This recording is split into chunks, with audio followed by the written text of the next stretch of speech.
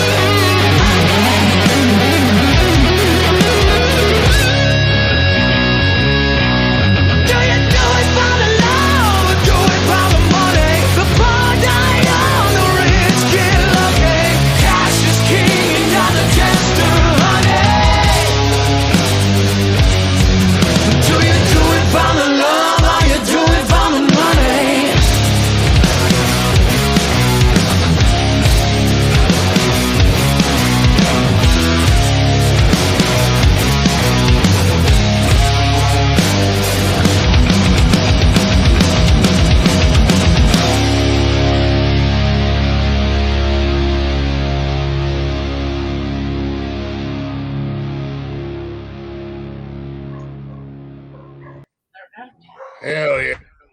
Now that's how you start a show after a little breaky break. What's going on, everybody? Welcome to Nonsensical Nonsense. I'm Glick, hanging out with Jeff as always. He did it again every time. He just disappears. But welcome back. Hopefully y'all didn't miss us too much. We took a little break. I was a little busy this weekend, but we are back live and in person. If you're not already, feel free to check us out on social media at Nonsensical Nonsense on Facebook, Instagram, Twitter, TikTok, Twitch, YouTube, all that jazz. And if you want to catch all the episodes of the podcast, we're up to 47 officially tonight on Spotify, Anchor, Google, and Apple. Basically, anywhere you get your podcast and jollies from, you can find us there. And you can always shoot us an email if you'd like. At nonsensicalnonsensepodcast@gmail.com. There you go, man. I time just everything. Fucking wander off. No, Yeah. well, what happened is my I had to give kids hugs and good kisses goodbye because they're actually going to grandma's because I'm still sick. So Nice. all that fun jazz. I have to turn my camera just a hair. There we go. Oh my goodness. Oh, by the way, happy birthday, sir. Well, I was gonna say I'll let you get back to that here in just a second. Sorry about the pre-show. I just cut you the hell off. I was like, that's coming up. Come on. No, it's fine. I actually didn't want to do a whole lot of pre-show, just because I was watching that Dave Chappelle special. I was losing my mind, laughing my ass off, but I wanted to save my birthday wishes for the live. Granted, it was Sunday, but whatever. I have to tilt my camera. Yes. So thank you for the birthday wishes. Thank you for the birthday gift as well. For those of you guys who don't know, we talked about it. Sunday was my birthday, the big 4-0. It was a good day. Went watched some foosball, hung out with some friends. Summer got me a couple really cool gifts. We went and did family pictures, shit like that. Yeah, I saw the pictures like 40 times. Yeah. One of my Every time favorite I gifts turned that on Summer. Facebook, they popped up. Yeah, one of my favorite gifts that Summer got me is the framed picture of Myles Garrett smashing Mason Rudolph in the face with his own helmet. That looked cool.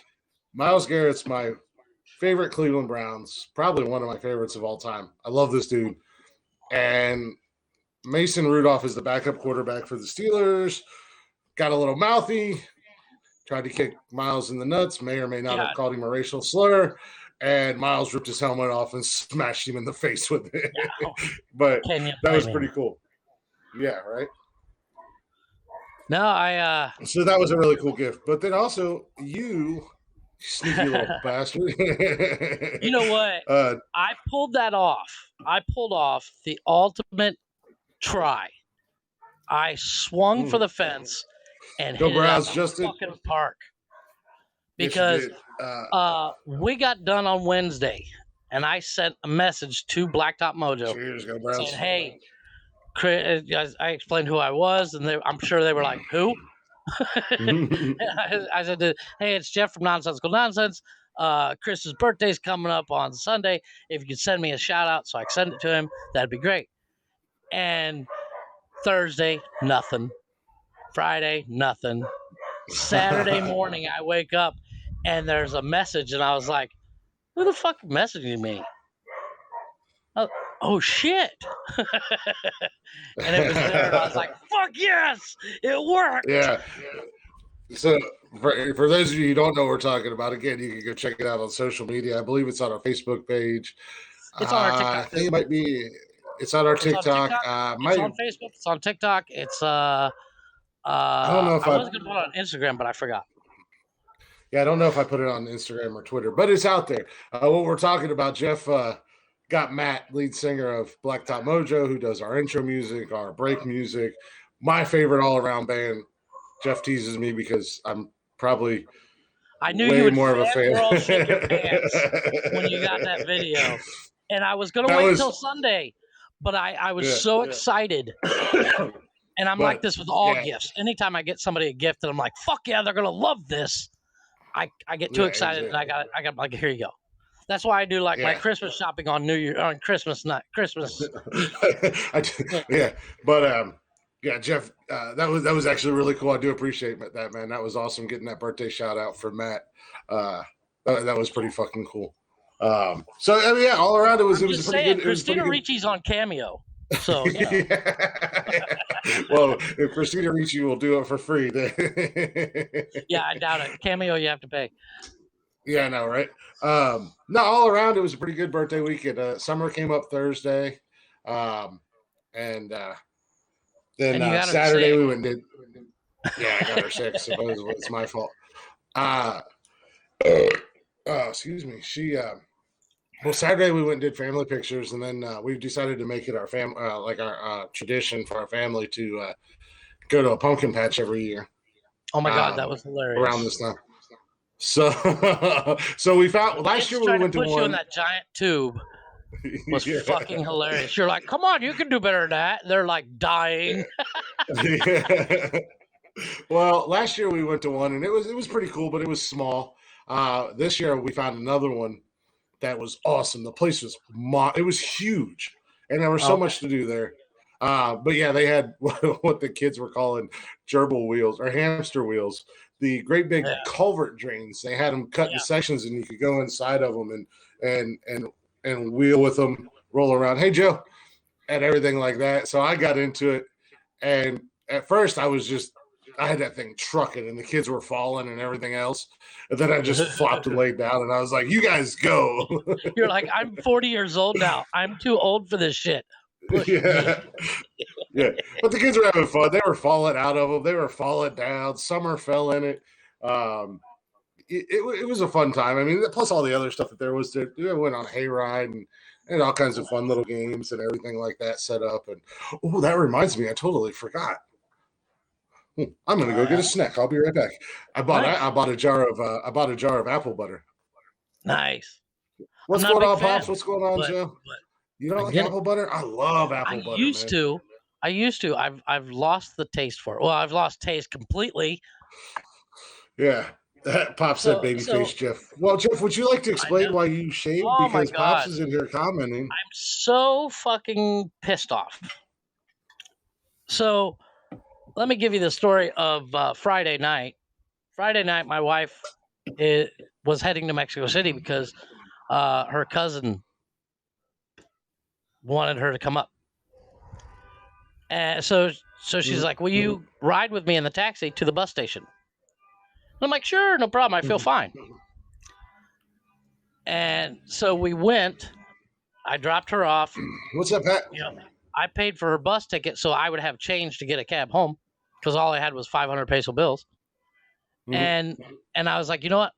I'm going to go down the street a little bit and I'm going to get me some fucking Burger King because all I've been eating is chicken for like a week because of COVID shit. And I'm going to get me some Burger King and then I'm going to go home in a cab because I can catch a cab right there by that Burger King really easy. So I make sure my wife gets on the bus. I head down the street. I go to the Burger King and I pay $6.35 for fucking Whopper, fries, and a Coke. Mhm. And I take a bite of it and I realize I can't taste anything. I was like, well, this is the biggest waste of $6.35 in my life. And it's also the weirdest feeling you've ever felt to bite into something that you know tastes good. You know it is the bestest tasting thing and you've been craving it for 6 weeks. Well, and that's then the you thing. can't Like taste your brain knows what that tastes like. Mm-hmm. You know, but there's nothing It was there. You know what I mean? Creepy. It was creepy. Right?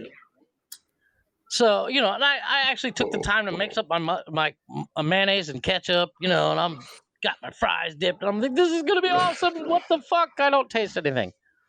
So yesterday, my wife's still in Mexico City. Are you not taking your medicine? Oh, I am. What's that medicine called that you take? I don't remember. It's magic. They're probably not taking it properly then, right? Yeah, apparently not. It's over there. I thought they were going to their grandma's. I did too, but apparently my brother-in-law is staying here because I have a PlayStation.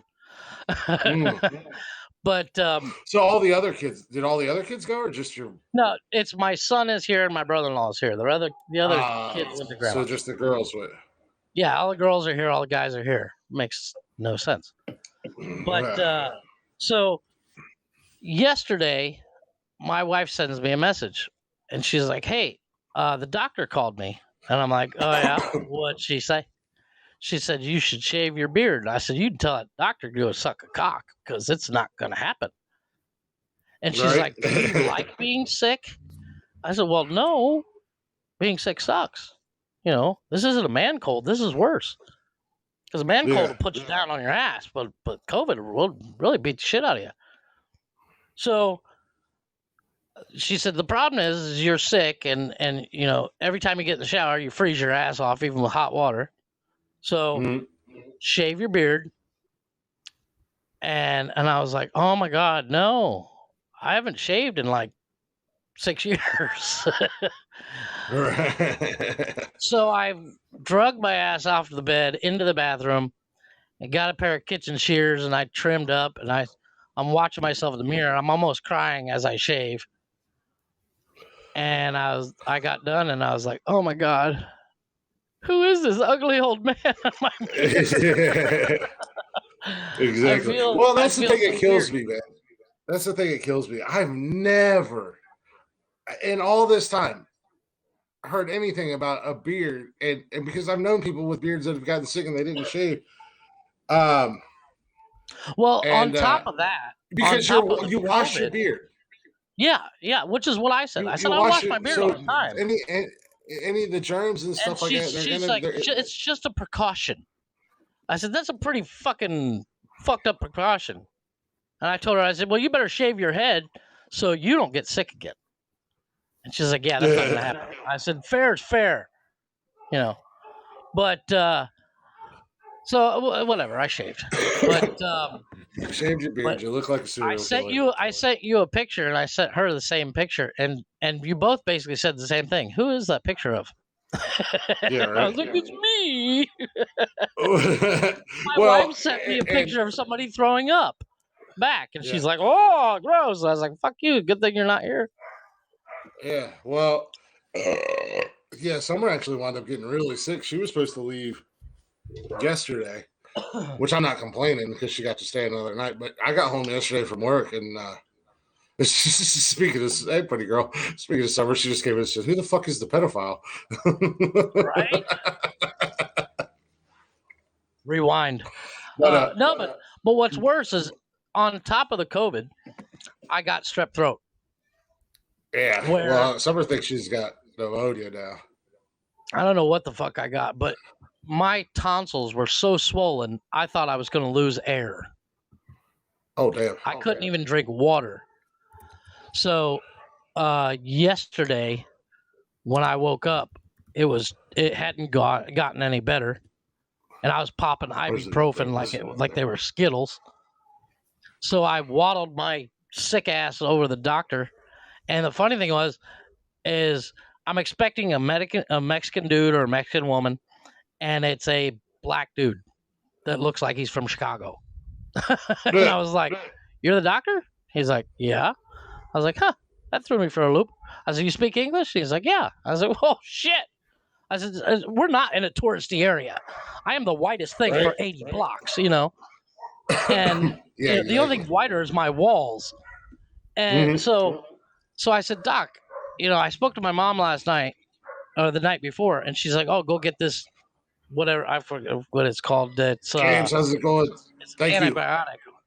And I said, "Doc, I need this." And I showed him a picture of it, and he goes, "This isn't a restaurant, Mr. Hawk. You cannot just order what you want." I said, "Doc, my mom's a nurse. She knows exactly what I have. I've already talked to her. He says, well, I still got to check you out. First of all, he takes my blood oxygen level, and I was like, Doc, I'm a heavy smoker. And he took my blood oxygen level. It was at 98%. He's like, are you sure you're a smoker? I said, well, Doc, when I leave here, I'm going to light a cigarette. So, yeah, I'm a smoker. He says, well, the past 20 people that have been in here, their blood oxygen level has not been over 85. I'm shocked. And I said, well, fuck you, Cancer Society. Yeah. I said, thank you, Philip Morris. Summer said that, Summer said your new name is Chester. She also said I was helping her throw up, so beat that. Yeah, well, yeah. Unlike your significant other, Summer was sick and dying, and I was here by her side taking care of her. I know, my wife was like, "Oh, you're sick. I'm gonna go." I'm flying halfway across the country. Deuces. Yeah, no shit. But the doc checked me out, and he checked my tonsils, and he's like, "Yeah, you're getting exactly what you asked for." I said, "Yeah, see, we could have saved all this time and the whole $6 I'm paying you." Jeez. Because that's what there's a brand of pharmacies here called Similaris, and their mascot is Dr. Simi. It's a fat guy. And each one of the Similaris or Dr. Simis has a doctor on staff. Yeah. Which it's genius, and it only costs 60 pesos or $3. So it's like, this is, it's genius. So, and 90% of the time, nobody speaks English in there. And so usually I take my wife, and I went to this one. I've never been to this one. And, I usually get some older Mexican dude or older Mexican woman, and they don't speak a fucking lick of English. This guy speaks perfect English, and he kind of looks like, he kind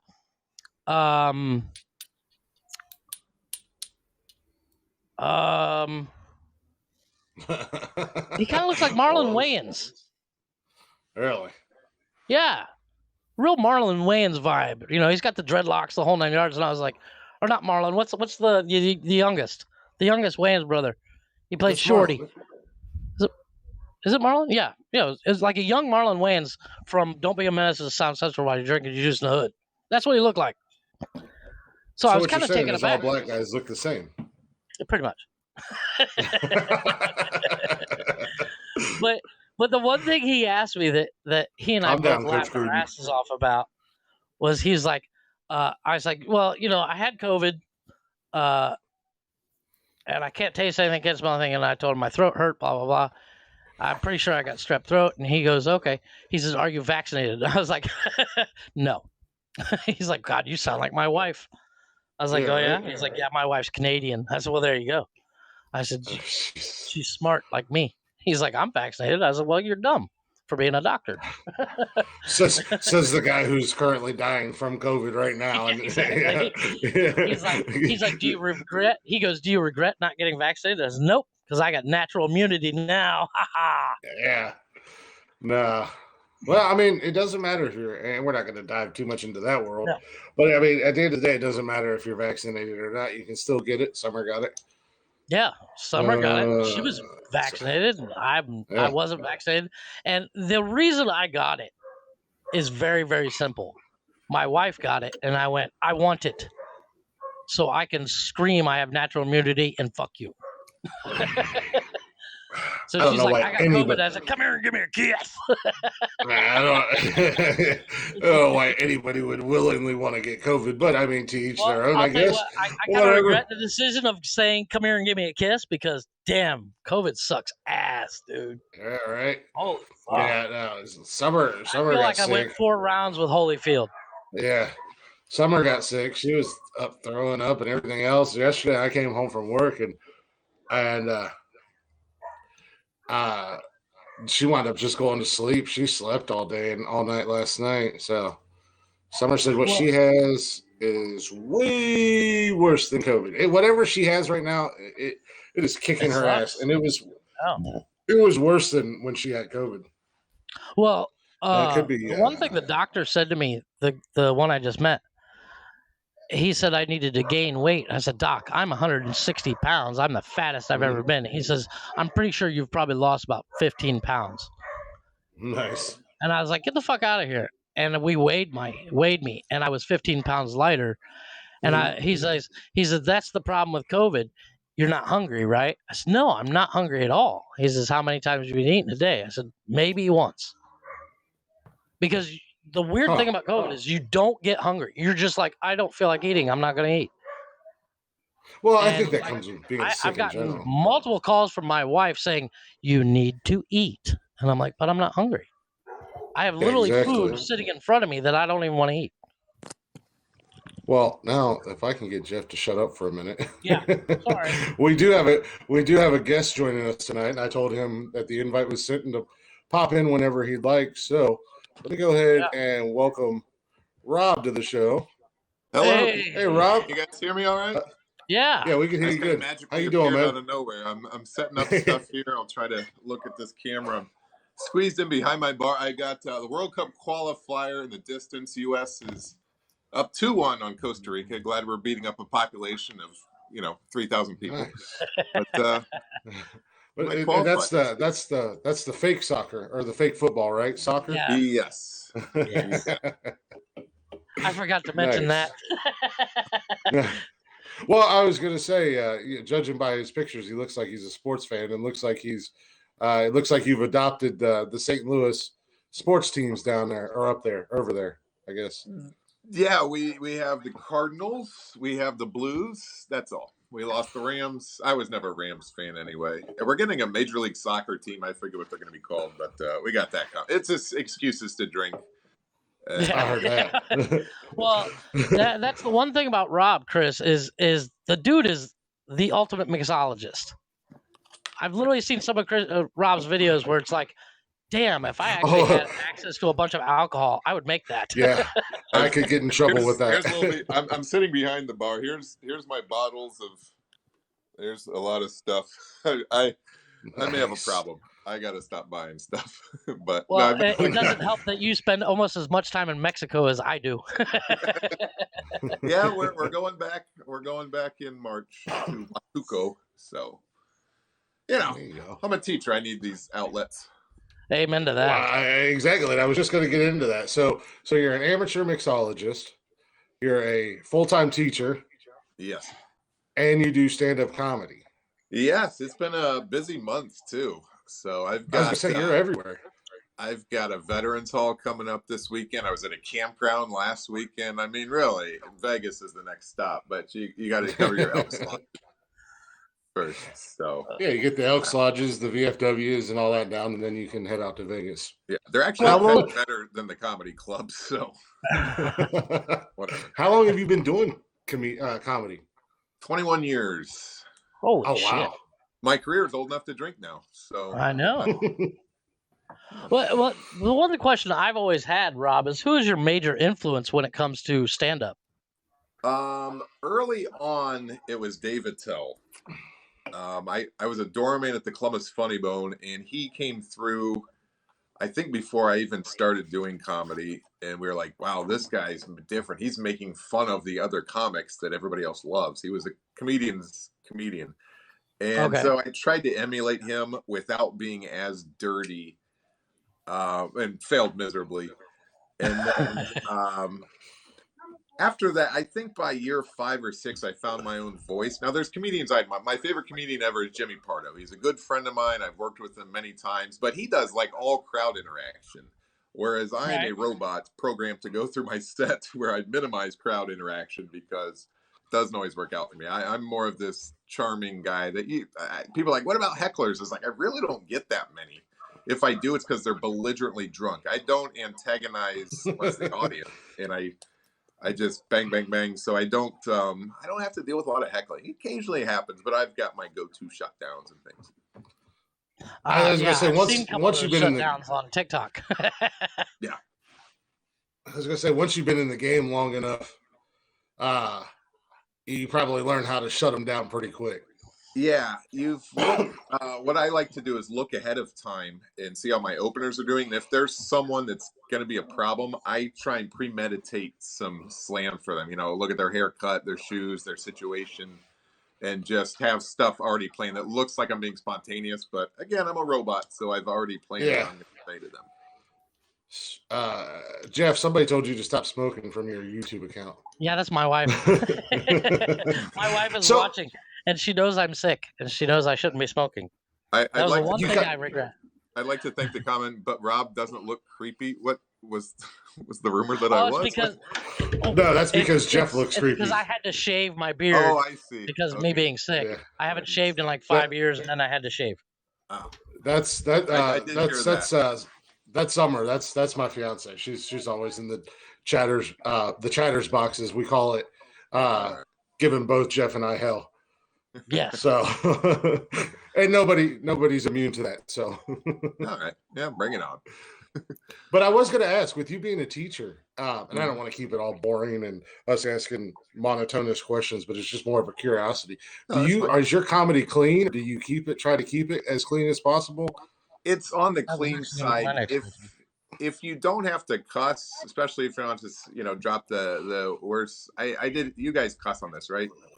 Oh, constantly. Yeah. Okay. Yeah. You don't. We're heathens. My mom stopped listening because we crossed the line to the point where the line is now a dot.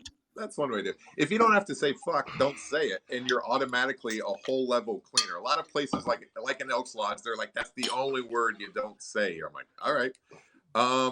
I always tell people, you can talk about sex if you don't mention all the liquids and things. It's like there's a way to talk about sex without making it disgusting. So, right. A couple weeks ago, I was doing a couple weeks ago, I was doing a news story, and I was using all the medical terms. It was a sex related story, and not only did Jeff yell at me, but I got yelled at by the chatters box because they've grown accustomed to the way we operate. Yeah. I meant to warn Chris that you're one of the most cleanest comics I've ever seen. And I was like, I don't know. I was going to mention it because we normally do a pre-show for like 30 minutes.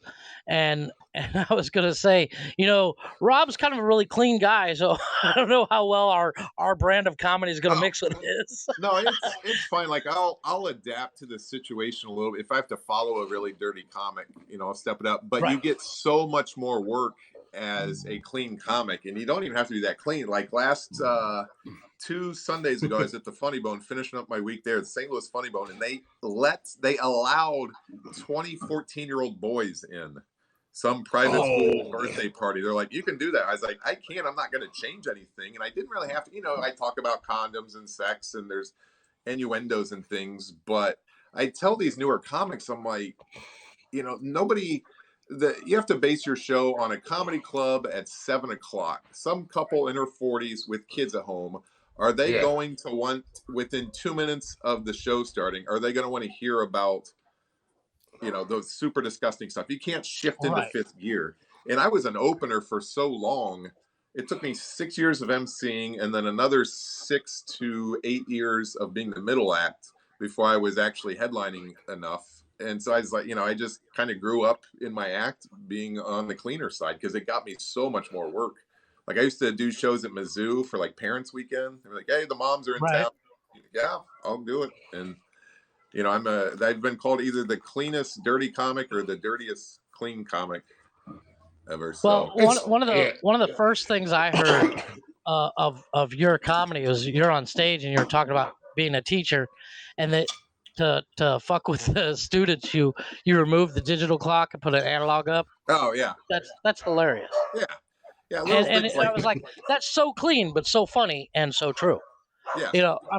I find a lot of comics, I literally just spent the past 4 hours watching Dave Chappelle. Yeah. And the funniest comics, you guys all hit that same, but it's true. That's what makes it funny. Yeah. Kind of mark. Yeah. Just like a fiction, any fiction, it's based on truth. And if you listen to Brian Regan, he's the cleanest comic out there. He's cleaner than Gaffigan. And he's one of my favorites. Yeah, he's one of the best ever. So I got to work with all these guys too in Columbus when I was just starting out. I didn't even realize what big deals they would become. But yeah, I was going to say, looking back on your career, how great is that to some of these, because I remember when the Funny Bone first opened at Easton. And some of the acts that they brought through there absolutely blew my mind. Yeah, that's where I was doorman at. I've had here's a name dropping alert. I've had Joe Rogan in my car. Oh, you should have drove it off a cliff and done the world a favor. I was going to say, Chris, not Chris's favorite, but I love me some Joe Rogan. That dude's hilarious. He's somebody on the internet said he's the male Oprah. Yeah, I can see that. I agree with that. Yeah. Because everybody, as much as Chris doesn't want to hear it, there's 2 ways to become super famous: doing this show and doing Joe Rogan's. Yeah. Bump I get doing this show will probably hurt your career, but whatever. Doing this show, you will never be able to run for office. I can guarantee that. You ain't into that. Well, the crazy thing about Rob, you not only are you a teacher, mixologist, stand-up comic, but you've also written a book. Like I actually did. I proofread your book for you. Yes, that was book number 5. Yeah, I mean that blows. I have barely even read a book, let alone. I was going to say you can barely read, let alone. Yeah, I know. It took me days to proofread Rob's book, and it was only like. It wasn't what he sent me. It was only like the first chapter, like 5-6 pages. And I was just like, I don't know what to say. I was just happy that somebody I knew wrote a book. Yeah, no, you were very helpful in that. Just real quick in the chatters box. Apparently my grandmother will never listen to us because of my language. Summer hits you with a warning that we are nasty. She also told me not to shave my beard. Mm-hmm. And she has a question for Jeff, a.k.a. Chester. Yeah.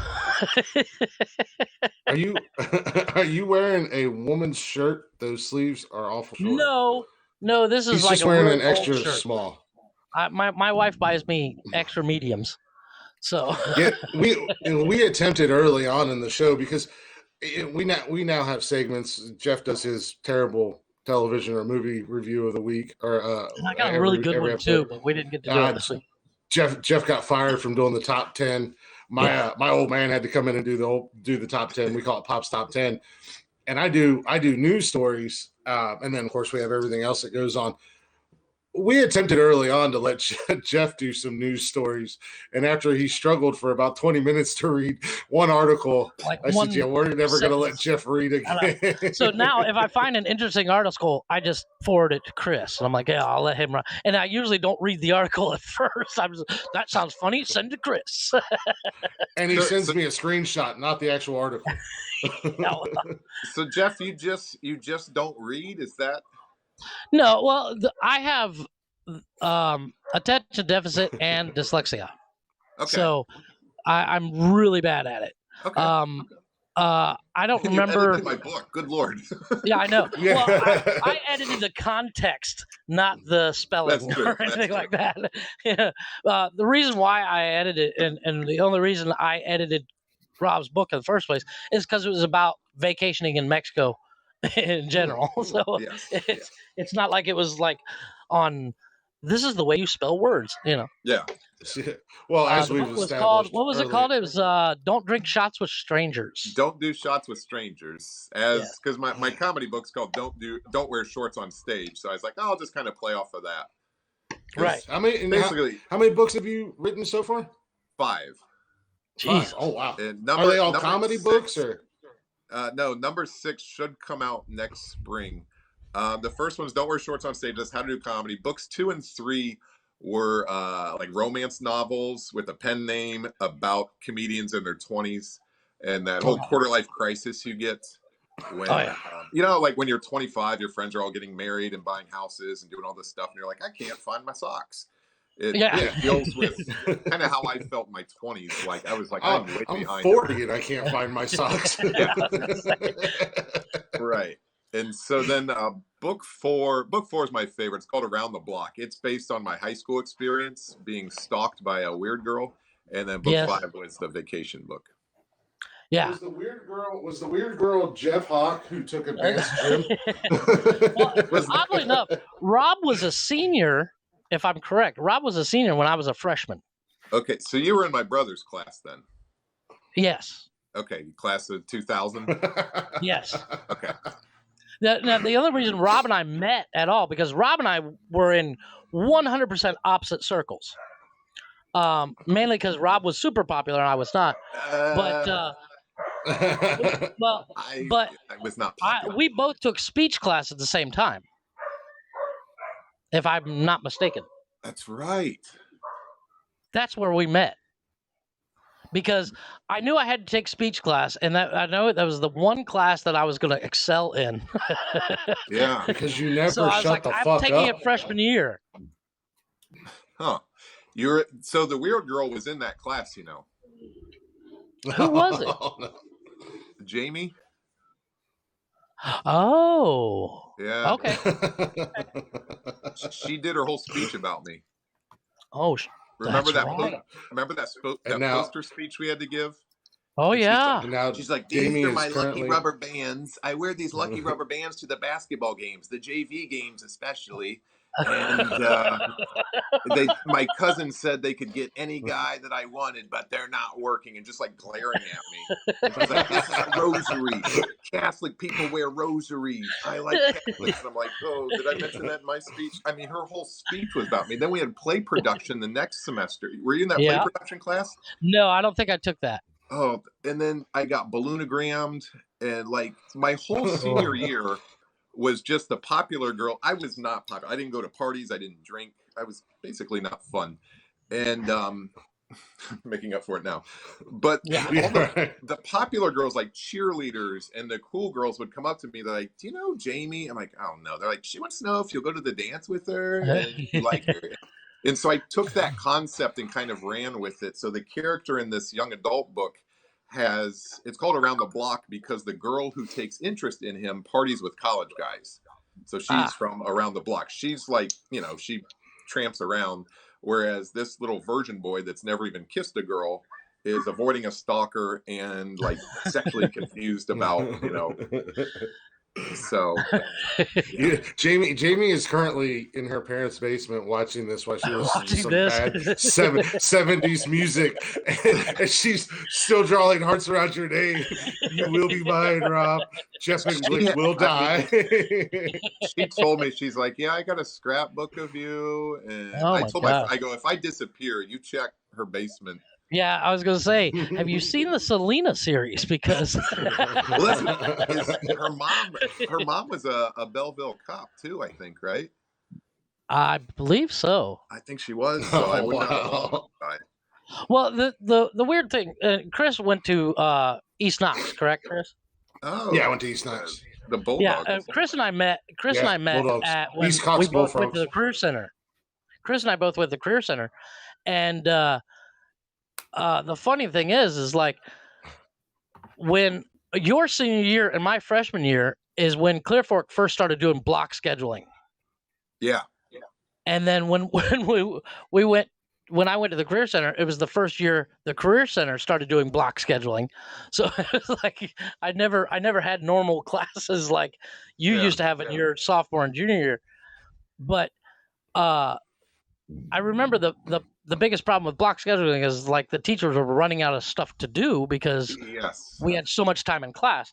I teach block scheduling now. It's awful. I hate it. Oh, I thought it was the greatest thing ever. What grade do you creative writing for 100 minutes on a Friday afternoon to seniors? Oh, okay. That's what I was just going to ask. What grade do you teach? I have 2 classes of freshmen, 2 classes of sophomores, and 1 group of mostly seniors in creative writing. It's the freshmen this year. The freshmen this year, a lot of them have not been in the building since the middle of 7th grade. So I've got kids that are crying. They're emotionally 2 years younger. Yeah, well, that's the other thing is like you have to deal with the woke shit. I mean that'll right there would make me put a gun barrel in my mouth. Well, our school district made Fox News last year because some of the parents were complaining because kids were running home saying that the literature made them feel guilty about being white. And so I told my students, do you ever just want to smack a kid? I mean, because that shit right there. Their parents more than the kids. I told my kids at the end of last year and the beginning of this year, I go, look, if you can't tell the difference between your family and the racist villain in a book, that's on you. And that's on your family. There's something going on with your family that right. I said, do you think that the German kids feel guilty when we read Holocaust literature? Well, that was going to be my next thing. I was like, can you imagine the poor history teacher that has to talk about Hitler? Right. Because I remember in 7th grade, which they started block scheduling that year too, but we did like 3 months of World War II history. And I'm sure there's kids nowadays they're just sitting in the corner when they get home, in a fetal position. Yeah, my kids are like, can we not cover Holocaust literature? And I was like, we kind of have to.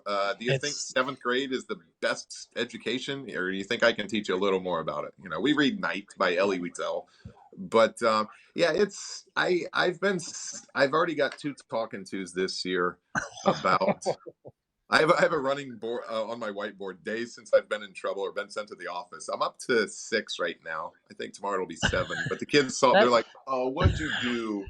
Wait, that you have been sent to the office? Yeah. Oh, Jesus. Yeah. I mean, seriously, Chris, think about this. How many times could you and I in building trades class gotten Tinny sent to the office?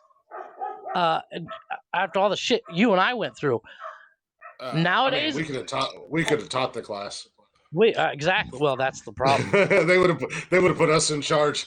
I mean, we literally took a class that was on construction generality. Yeah. So I mean, the 2 idiots that literally have been building stuff since we could move. Yeah. So we spent most of the time in trouble. I've never got in trouble in high school, but It's not 2 years ago. I had like 5 trips to the office. And then this one wasn't the principal. I made an inappropriate joke about the dress code in a meeting the other day. And so the lady in charge That's the of the problem meeting, with being a comedian yes, I is just you done find the 6 straight funny. nights. That's the beauty of being a comedian too, because you can find the funny in any situation. Yeah, I had done 6 straight nights at the Funny Bone, so I'm like, sorry if I'm still in comedy mode, but Yeah. so I had to send an apology to the 20 people or whoever was in the meeting. Not even that many, maybe a dozen people, and they Oh my God, all I'd be so replied all fired. like, "What did you even say? What was wrong? What blah blah blah." So I was like, I'd be the guy sitting there laughing in the corner, going, "That was funny." yeah, most of them thought it was, but whatever. So Yeah, I think Pops- that's the hardest problem right now with being a teacher is you got to deal with all that woke shit. yeah, I'm pretty good with that, but it's just the kids are very sensitive, and my mouth. Sometimes I prioritize trying to be funny over other things, and I accidentally implied a kid was fat once. That I thought I do that to Chris all the time. Was he fat? Well, yeah, he Well, rhymed. then he He deserved made it. some little rhyme at me, and so I rhymed something back and rhymed it with belly. He's like, "Did you just call me fat?" Oops. No, I'm sorry. The TikTok I used for an ad of that girl falling down the stairs during a fire drill or something, that was fucking hilarious, and is exactly the way I would have handled it. I'm like, get up, stop taking selfies, dummy. Yeah, well, that Yeah. actually, she didn't see me. That's all fiction. She didn't even see me, but she got kind of tripped and pushed, and I'm like, what could I take? That's how comedy works: is you take a part of reality, and then what would Yeah, have and been then funnier, you the what you ifs. take it into the extreme. Yeah. Oh, well, I mean, especially if you're doing something stupid, because you're a little bit older than us. I don't know. It was when we were kids. It was Thunderdome. It was every man for himself. God. Well, Well, you had to be. I state all the time that kids today would not survive in our classroom. No. You had to be quick. You had to be a Yeah, smart and- ass and quick Yeah, with I it. was. So If you didn't bully, you were bullied. It was eat or be Yeah. eaten. And I feel bad about some of the stuff I did, but I was bullied, I think, more than I didn't really. I apologized to a kid once. 20 years later, I apologized. hence the reason Jeff became friends with the biggest guy in our class real quick and in a hurry. Why do you think I hung out with Chris? It was like he the was like, "Hey, smallest you guy in the ask room. much." Was I'm like, that's a big fucking dude. He's kind of funny. I'm gonna hang out with him. But Yeah. but it's like that was one of the reasons when I took speech class, I literally walked in and Rob was there and 90% of the guys in the room were all these guys that I've been, always been 4 years ahead of me or 3 years or whatever it is. Yeah. I can't do math. But I was like, I know all these guys. These are fucking popular guys. This is going to be awesome. You thought they were popular. It turns out they were all dorks. That was the one place in Clear Fork that that was my safe space because I was around the popular kids. Yeah. Yeah, I was up on that stage too in there. Yeah. Right? I remember that little half room we had. Oh, Jesus. That was that was the year I started to come out of my shell a little bit. I think that speech class actually helped me because I was very shy and quiet, especially around girls, up until that senior year I finally started. I dated someone a little bit my junior year, and then my senior year, I finally talked to some of them. Now, see, that's what blows my mind because I could look across the room, and you were one of the guys that I would literally be like, that dude is rolling in pussy. Because I mean, look at this dude. He's a good-looking cat, and like I said, I'm in a room with some of the most popular kids in school. Do I need to and give I'm you looking a at moment? and I look at Rob, and I'm looking at who else was there? I think Sam Bias was in our class, and I can't remember the girl's name that was in our class. She was a model as well. Real skinny blonde chick. Oh, that was in your grade? No, she was in your grade. There are only like 4 attractive girls in my grade. I can't remember her name, but she was a model. She she did a speech on where she had to do what was called a window sitting, where she would sit in one position for like 3 hours Huh. and she had to be a mannequin, a living mannequin or something like that. Huh. But she was in that class, and all these, like I said, popular. There was, it was some of the cool kids in there, and I Yeah. I was I just on literally the looked outside at of that all of you circle guys, there. and I was like, these guys are just rolling in pussy. No, I was not. I got kicked off of my lunch table my junior or maybe senior year. I got booted, and I went and sat with the troublemakers. How do you get Mike's kicked out. off of a? How do you get kicked out of a or off of a lunch table? Lincoln Walker Unanimous kicked me off vote. the table. I'll name names. Lincoln kicked me off the What- table. Oh yes, Lincoln Walker. Was this Survivor before Survivor was a thing? They took a vote and they just said, It was "Sorry, just, Rob, no, you got to go." It was just him. He was mean to me a lot in high school.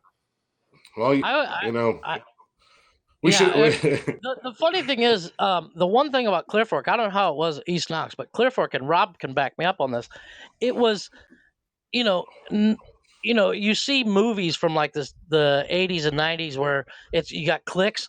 There were cliques in our school, but it was more like that clique also was, the nerds and the stoners and the sports guys were all in the same clique. Yeah, there weren't enough people to have that variety. Exactly. And yeah, so we didn't really. My wife says all the time when we watch old movies, she's like, "Was it like that?" And I'm like, "No, not in my school." And we didn't really have that. It's not like that now. The kids, we've read articles in my classes, and they're like, "No, there's not all these groups." Although mine's kind of it's not a super diverse area, but there's 2,300 kids, and they're like, "No, half these groups don't exist anymore." But Right. Yeah, I was gonna say, I think it just depends on how big of a school it is and where it's at and whatnot like that. Because our school was super small too. I think our school is smaller than Clear Fork. So I mean, you kind of had the fringe cliques, but pretty much everybody hung out with everybody. But also, if somebody would have told me that I had to leave the lunch table that I was sitting at because they didn't like me, I would have taken my lunch tray. Yeah, I would have taken my lunch tray to their throat and bounced their head off the table. But there's a prison rules. No, some of the bad experiences I had in high school, I've recreated in around the block. Like it actually, there are things that happened in real life that I've put in the book, and my friends like, "Oh yeah, I remember doing this." I remember that. well, speaking of your book, before we get too much farther into this, where can your social media and where can people find your book and stuff like that? Yeah. And I mean, Give yourself a it sounds shout like you do a majority of your shows in St. Louis, but if you travel outside of St. Louis, go ahead and plug your shit. All right, Twitter, TikTok, Instagram is at Rob Durham Comedy. No spaces. Just Facebook, Rob Durham. You can find me on there. RobDurhamComedy.com is my website, and then all my books are available on Amazon. So, and give the names of each book real quick. We got Don't Wear Shorts on Stage, Around the Block, Don't Do Shots with Strangers, and then the other two. Did you dabble into the world of 50 Shades of Grey and Twilight? Is that what you were trying to do? No, it's like 10 Shades of Grey, if that. 5 or 10 Shades of Grey. There's no really gross stuff. They're called Dreaming the Chase and Chasing Back. Okay. Yeah, but nobody reads those. I mean, I sell them after shows. Yeah, but it's hard to sell fiction on Amazon. My nonfiction sells on Amazon because it has a niche, but the fiction doesn't sell. And then the book coming out this spring, hopefully, will be called Somebody Else's Sky, which is a lyric by Pearl Jam. Oh, okay. From the song Black. I was going to say that was more of a question for Chris because he's a music. I'm not the biggest Pearl Jam fan. Oh, well. Nothing against Pearl Jam. I do like Pearl Jam, but I can't. If I hear them, I know who they are right off the bat. Yeah. I won't shit on Pearl Jam. It's not like they're Nirvana. Okay. Fuck that band. Chris only likes what's that band that Kevin Ollie likes? Oh, Nickelback. Chris only likes Nickelback. Look at this photograph. I have a friend of mine who does a podcast as well. He lives down in Tampa, and I went down there a couple years ago to meet everybody and see everybody and all that jazz. And this dude shit on Nickelback for like 5 years. Hated them. Didn't like anything. So we were over at his house one night. We were all drinking and cooking out. And one of the other guys that was there, I was like, just put Nickelback on and just play all Nickelback songs. And Kevin was dancing along. He was like, man, who is this? I fucking love these guys. Like, it's Nickelback, dude. And all night long, I fucking love Nickelback. I fucking love Nickelback. So, they actually have one really good song that came out before This Is How You Remind Me called Leader of Men. And it's about tripping on mushrooms, actually. It doesn't sound like their other stuff, but it was their first hit. Yeah, they're an all right band. I do like them. I mean, I don't understand. I never shit on any band. They're just douchey because all their songs became the same thing, and then I mean, well, and it became a trend to hate them. So exactly. They're a little overproduced. They know it, and they just kind of like fuck it, run with it. Yeah. Which is kind of what I'm hoping we will have to do one day. I hope one day it is trendy to hate nonsensical nonsense, because that'll be awesome. But so do you with your comedy, do you get an opportunity to travel, or do you stay pretty local for the most part? I mean, I'll travel anywhere within 2 to 3 hours. Okay. Occasionally, you know what? I go back to Ohio and do a show every few years. What I will not be performing in my hometown of Belleville ever again. I helped them do a fundraiser.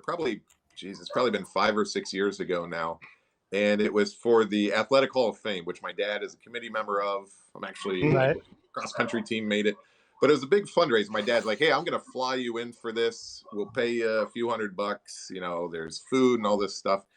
And it was on the same night as some big thing up in Snow Trails, the ski resort up there.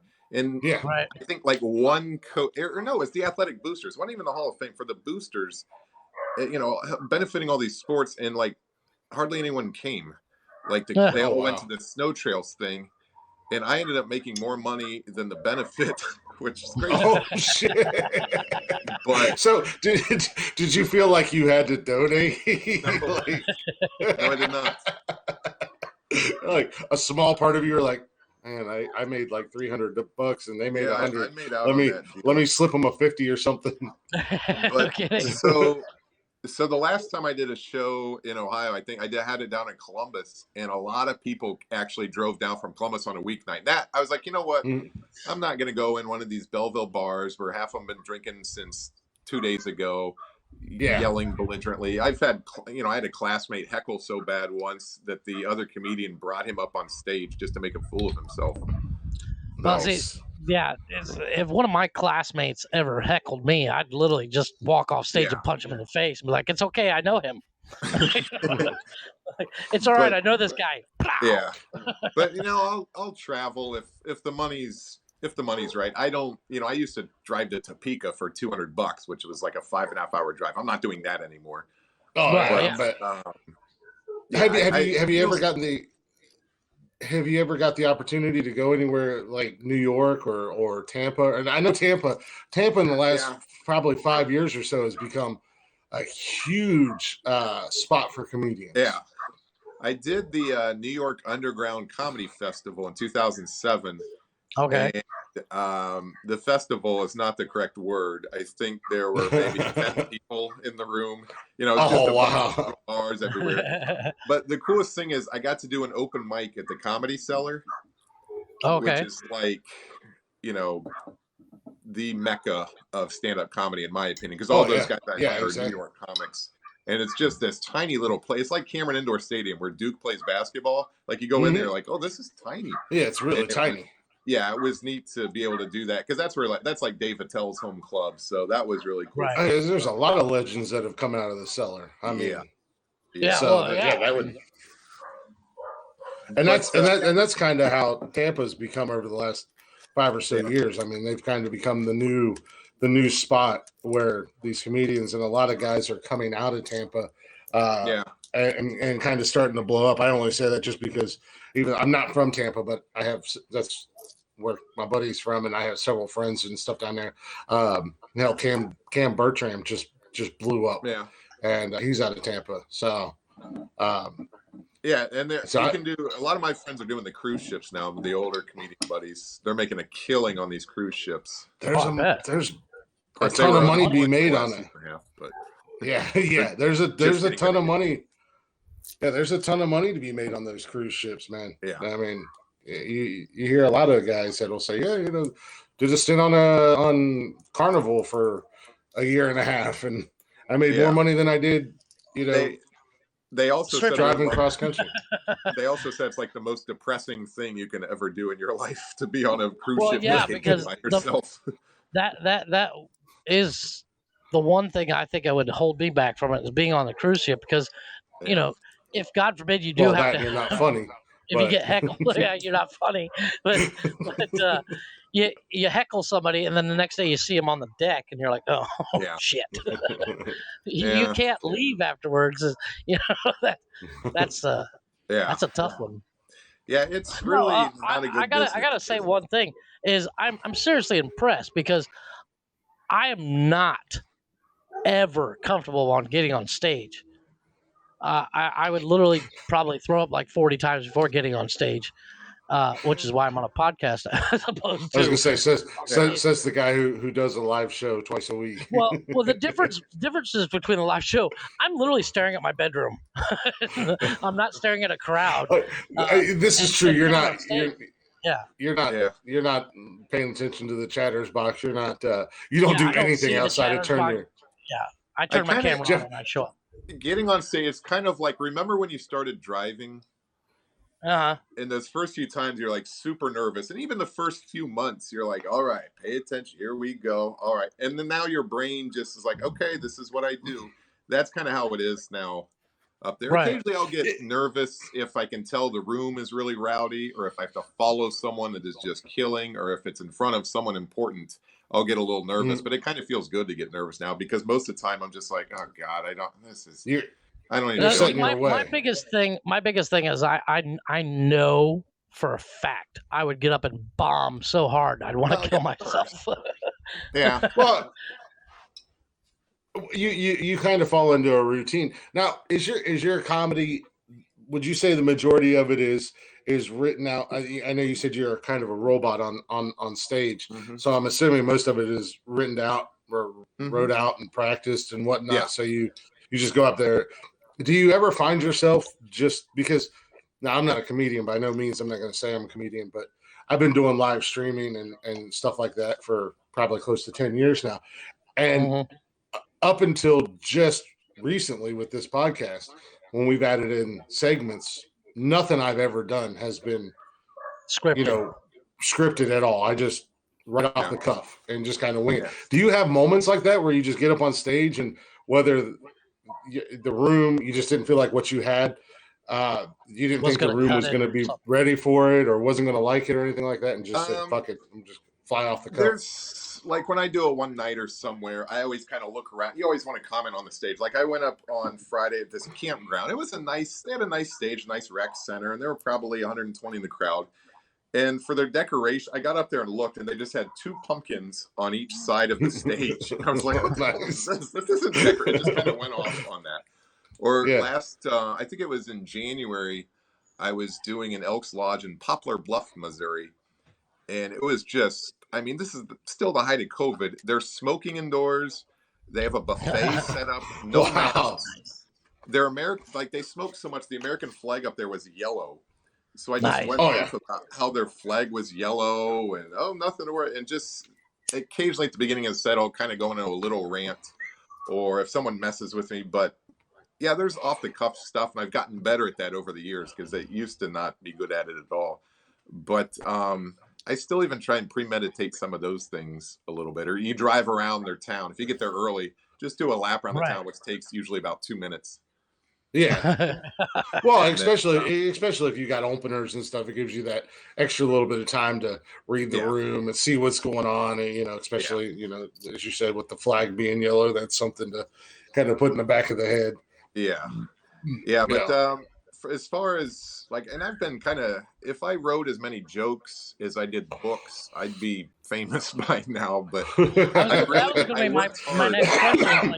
Like, yeah, do you when you write a joke, is it just something pop in your head? You're like, fuck, that's good. I need to write that down. Or do yeah, you and actually it's a sit there and lot of go, what can I do to make this funny?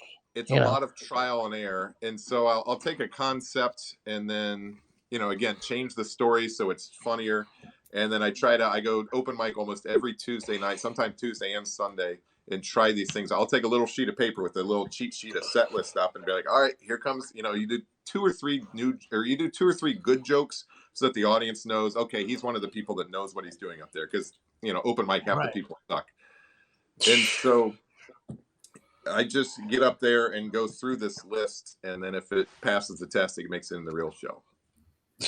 Well, you just kind of knocked out two things I was curious about. I was curious if you did open mic still after being in the game so long, and who you tried. Do you ever? I'm assuming you're married, right? Yes. Yeah. Do you have any kids or anything? No kids. No kids. Oh, you lucky son of a bitch. That's why I'm able to write books. Lucky man. No, I'm just kidding. I love my kids. Yeah, I love my kids. I'm just kidding. But no. So do you ever try your jokes out on your wife? Because I'll run a concept by her, and she's not. It's kind of hard because it's in the context of me just saying this, and she'll be like, "Yeah, that's funny," or "I don't think that'll work." Come on, man, it worked. You said it wasn't gonna work. It worked. It worked. You suck. Throw your bottle at her. That would be me. I'm like, my wife said this wasn't funny, so I'm gonna say it because I know it is. Anymore, I just she'll come to, if I'm headlining a week, she'll come out to one show, so I'll try and I'll be like, "Hey, I got some new stuff I've been working on, so I'm just gonna save it till you come out." So and it's weird because open mic crowds are a little, even though it's at the comedy club, they can be a little different because it's such a smaller sample of people. Like these jokes, I've been working on a joke about how I got in trouble at school for blaring Enter Sandman as I was passing out the tests.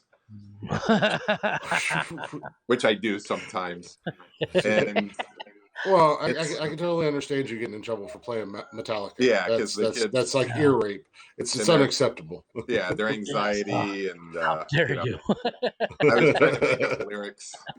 Say your prayers. It's a quiz. Don't forget my kids to answer everyone. I thought that was hilarious. Nice. And it didn't work. It worked a little bit at open mic. It didn't work hardly at all my whole week at the Funny Bone. But then at this campground, it killed.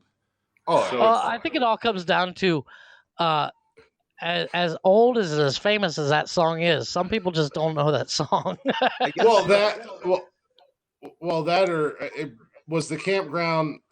Was it more of a family setting type deal? Because I'm picturing campground. I'm thinking a lot of families and this and the kids went in there, but I don't know.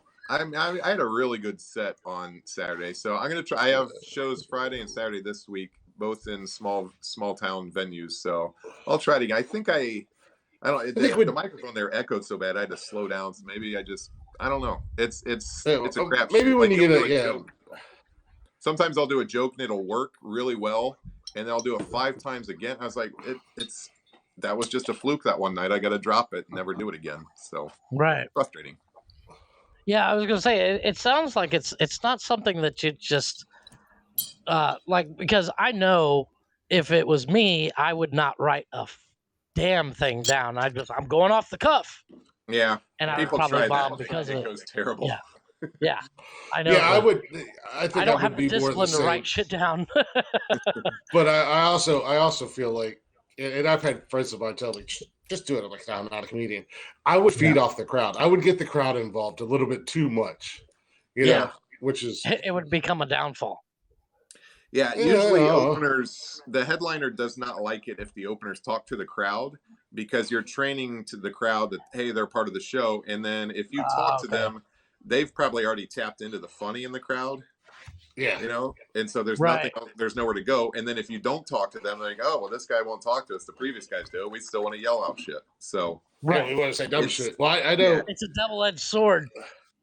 yeah, I used to well, watch when I was a doorman. The headliners would get furious in the back hallway waiting to go on because the middle act or the opening act was talking to the crowd too much. So I learned a lot of stuff just watching what would drive these headliners crazy. And the funny bone there, I'm assuming you're talking about at Easton, correct? Yeah. Yeah. It's not a big venue. I mean, It held about 320. I think they Yeah. expanded it actually. Yeah, it's over 300, which is pretty good size for a comedy club. I'm sure they expanded it now. I know I was there one time years ago. This was actually about 3 days before Greg what was his name? Greg Giraldo. Greg Giraldo. Killed himself or OD'd. Yeah. He was there, and I was never a big fan. I just didn't really care for him on the roast. But we went and seen him there. We actually went to a Friday and a Saturday night show, and he was hilarious. But both nights, I've seen your stickers. I know you're an Ohio State fan, but we all have our flaws. We all have our flaws. I got a degree there at least. I'm sorry. Says the guy that's getting ready to start working at OSU. Again, there was a bunch of Ohio State fans in the audience, and they started chanting or started doing that OH bullshit. Yeah. And Greg, for about 45 minutes, just shit on them, just wrecked them, and made fun of Ohio, made fun of Ohio State Buckeye fans, and you could at first. You could tell it kind of threw him off his game because he's coming up there to do it. But then once he started rolling, that was probably the funniest I've ever seen that man ever. And to be there in person was amazing. That's the thing is hecklers think they're helping the show. And even though he could have that killer set, it's like you don't want that. You want to do the jokes that you've spent time crafting on. And there's people who are like, I made it funny. It's like, no, you were a pain in the ass. Yeah, I don't think absolutely. I could ever heckle anyone for the simple fact that I know I would get lit up like a fucking Roman candle. There was, I think it was Seinfeld's movie, Comedian. He explained if men heckle while they're on a date, they've embarrassed themselves, they've embarrassed their girlfriend, they're not going to get laid that night. If a girl heckles that night, she's drunk.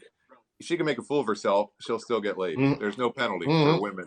So I've had to probably deal with more female hecklers. In fact, yes, I've dealt with more female hecklers over the year, the belligerently drunk ones, than male hecklers. Like there was a sorority girl once I used to do. There was a club at Mizzou called Deja Vu.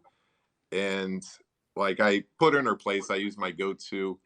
And like after the show, she was all friendly and flirty. I'm like, no, this is not. This is not how it works. That anger was legitimate. Yeah, I have no respect for you. I wanted to throw a bar stool at you. Yeah, I totally. I've never been on stage or anything like that, but I know how quickly. I totally get how quickly some asshole can completely derail your night because. As I said, I've been doing this type of shit for probably close to 10 years now. And, we could be having fun and having a great time. And then all of a sudden somebody wants to come in and try to be a troll and they're in the comments. And it's just like, when they try to troll in here, we just kind of destroy them and go back to our normal shit. I once got heckled by I was the middle act. I got heckled by the headliner. He was counting down the time I left in my set. That headliner, Dustin Diamond. Oh, Jesus Christ. Yeah, not to shit on the dead, but I would have punched Dustin Diamond in the fucking head. I've never seen someone go from 4 drinks and mildly buzzed to 5 drinks and belligerent the way he did. And then I would have totally been like, hey, Screech, shut the fuck up. Yeah. Like once he got on stage, he got into it with somebody in the crowd. There was a guy on stage ready to punch him within 5 minutes. I've heard a lot of stories that he had a lot of issues with people in crowds and stuff like that, wanting to actually legitimately fight. In all honesty, it sounds like Good night, Joe. It sounds like he turned into, again, not to shit on the dead, but it does sound like he turned into a legitimate scumbag in life as the years went by. So yeah, if he's not on that show, he's not getting booked anywhere. Exactly. no. Well, I mean, looking back at that show when you watch it, you're like, wow. I mean, one of my favorite things to watch on Facebook is Zach Morris's trash. I find it hilarious. That shit cracks me up every time. Yeah. But you know, oh yeah. You see, Chris Kattan just came through the St. Louis Funny Bone. And Oh yeah. I guess he was just a mess. One of my friends emailed. They're like, I know you don't own the place, but this guy, it was embarrassing how wrecked he was on stage. And he wasn't funny at all. And I was like, no, you want to see funny, come see someone you've never heard of. You want to see someone. Yeah, I mean, I totally get the idea of a couple drinks to loosen you up. Yeah. But as we've discovered on this show, when Jeff starts to drink, Jeff starts calling Chris bitch. And he keeps telling him, calm down, Chief. Jeff drinks 3 White Claws, and all of a sudden he's 10 foot tall and bulletproof. Shut up, bitch. Meanwhile, I'm cracking open my second case of Budweiser, and I'm like, Yeah. Jeff, calm down. No, the guys like that, Chris Kattan. There's a radio show, a talk radio show that I listen to, and he's come on the show. The dude's a mess. Same with like Bobby Lee. These guys are absolute messes, man, and it blows my mind that they're still able to get booked anywhere, outside of their name. Yeah, exactly. I mean, it's like I don't ever see the day where it's like comedian Rob Durham trashed the stage because he was drunk. Right. I don't see it happen because Rob's not that guy. The one thing I've noticed about Rob is you get a little bit of fame. You're not going to let it go to your head. You're not that guy. No, not out loud. Well, no. At home, you're like, I am a golden god. Get away from me, woman. Right. Because, but in public, you're like, look, as good as I have it now, it could all go to shit. Yeah, I mean, I haven't done anything legitimate that to even brag about. Yeah, I'm a big deal in Belleville. I've had my name on the marquee at the River Horse, but calm down, it's Belleville. Yeah, exactly. Exactly. So it's my friends keep me pretty level too, and I'd love to see. I think my ultimate goal in life is to get a book published instead of self-published. And then, I'll be intolerable for a week or so about that. But I don't think you would totally. I was going to say, how do you publish a book? I'm curious. You have to find an agent, and you have to write a query letter. And this agent has to writing the query letter is harder than writing the book, I think. I've tried, and I've got feedback, and people just tear you apart with your query letter. And then once an agent says, all right, I'm going to try and sell this to the publishers, don't talk to authors. It all goes through agencies. So it's a multi-step process. The biggest scam in the world is the agent. I don't have the patience to do that. And then once your book is published, I would there's a chance you're not going to make squat off of it, maybe $5,000-$10,000. Which is more than I've made on several books. Wait, what? Rob is obviously way richer than we are. Yeah, I was going to say. He's like maybe 5 or 10. It's chicken shit money. For the amount of for the amount of suffering and pain in the ass that you put into these books, other than the Don't Do Shots with Strangers, that took me 6 months beginning to end. That's the quickest one I'll ever write. And it was short, and it was nonfiction. I'm still reading the same book that Tim Allen wrote in 1995. I'm surprised you were ever able to publish one book, let alone work on your 6th book, since you let Jeff proofread one of them. I'm surprised you're not still working on that one. Once again, I did not proofread. I commented on the context. Yes. Did you ask for the audio version? Well, literally, I read Rob's the 5 or 6 pages he sent me, and I got it in my head that I was like, I'm going to write a book. Oh, that's and right. I wrote like 3 chapters in one night, and sent it off to Rob. And I was like, what do you think? And he's like, it'll never sell. And I was like, okay, I'm done. I was a little nice. because it was like an autobiography. And he's like, nobody knows you. And I was like, yeah, I guess you got a point. Yeah. I mean, you would have to write a memoir, not an autobiography. Memoirs are for people who want to get famous. Autobiography for people who already are famous. But there's a lot of skill. Like I've had a lot of people over the years have told me, hey, I'm writing a book, or I want to write a book. And it's like, well, are you currently writing? Do you write every day? And it's the equivalent of saying, I want to run a marathon, and then just showing up that morning and going to the starting line. You have to train for years.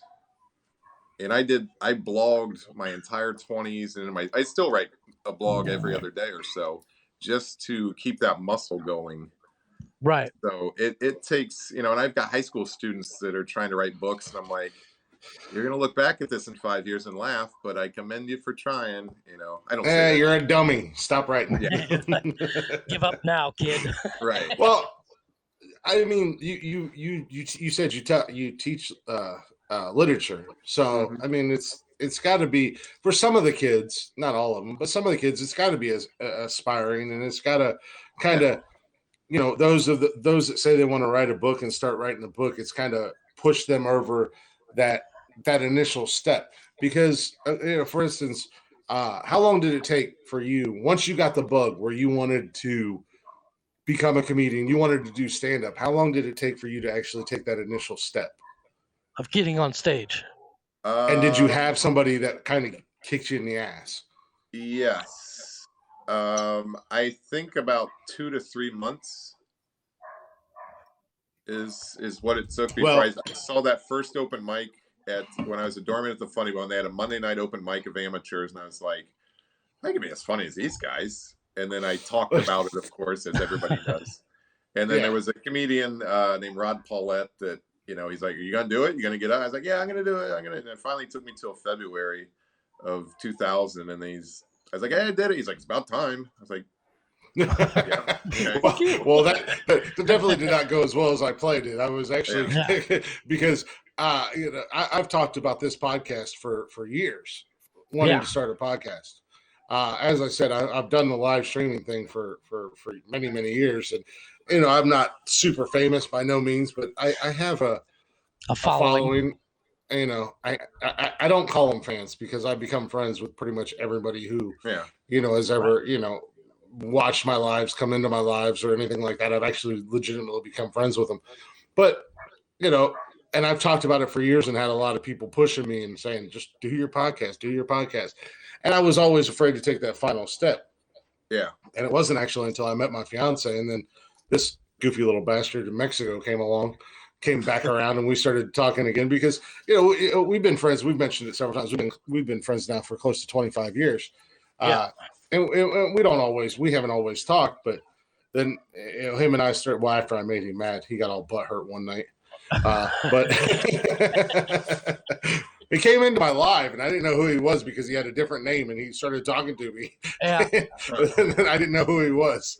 But and then it was like, Jeff, you want to do this? Because I've been talking about it for a while. So that's the funny thing. I was kind of the same way. Like I listened to when Kevin Smith started his podcast.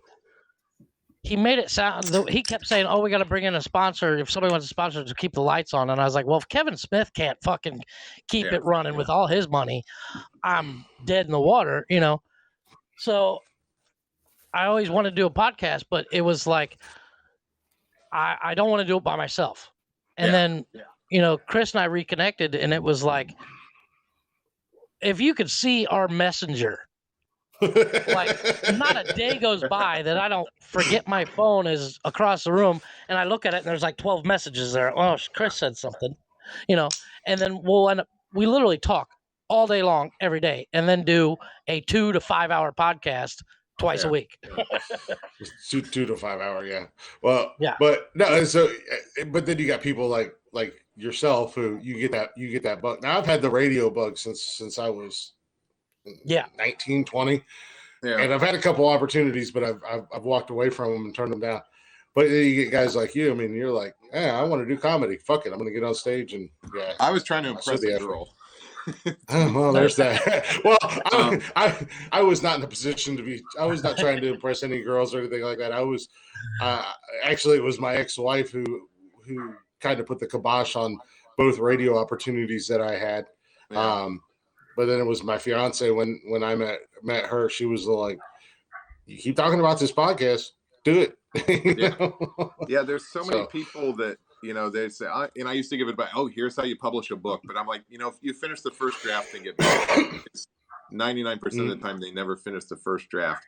And I actually, this sounds weird, but I actually wrote a poem that I performed for my students called 22 to 25 about an artist, a dancer, a musician, and some girl that does yoga, and how the theme is, once you get out of college or on your own in that 22 to 25-year-old range, all right, now's the time you're going to live your dream, but you don't because you sit around because there's an Xbox or whatever else.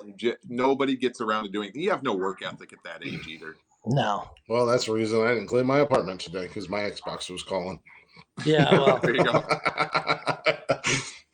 my 20 the bars of Cancun. So no, that's actually 100% true. I mean, I remember when I first got out of high school, man, I had all these crazy ambitions and everything like that, and I was gonna conquer the world, and then you made up every excuse under the sun not to chase after those dreams. So no, I totally get that. I don't have enough money right now, or whatever. Yeah.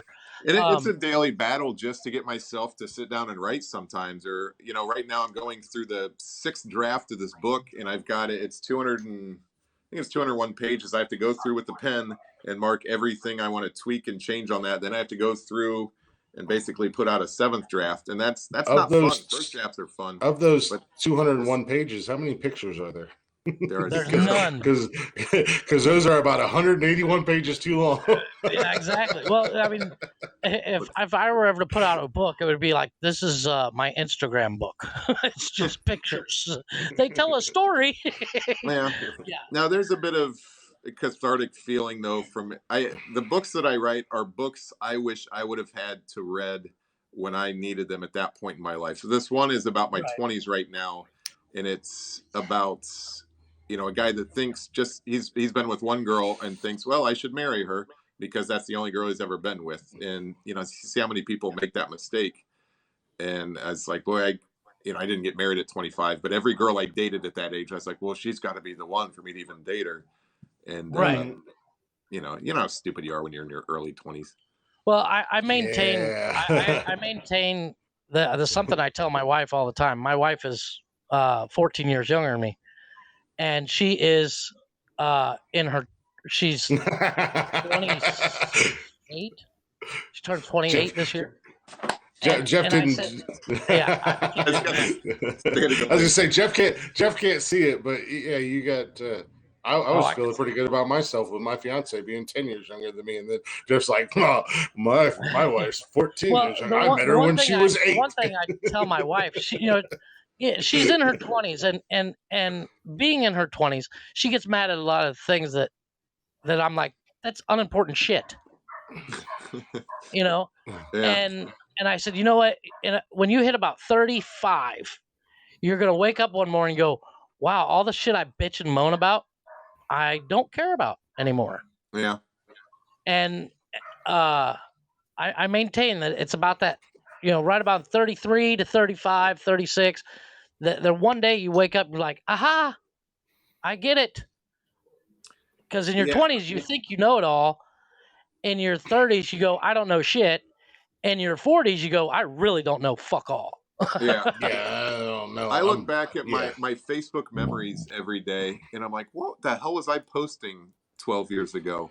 What the hell was I thinking?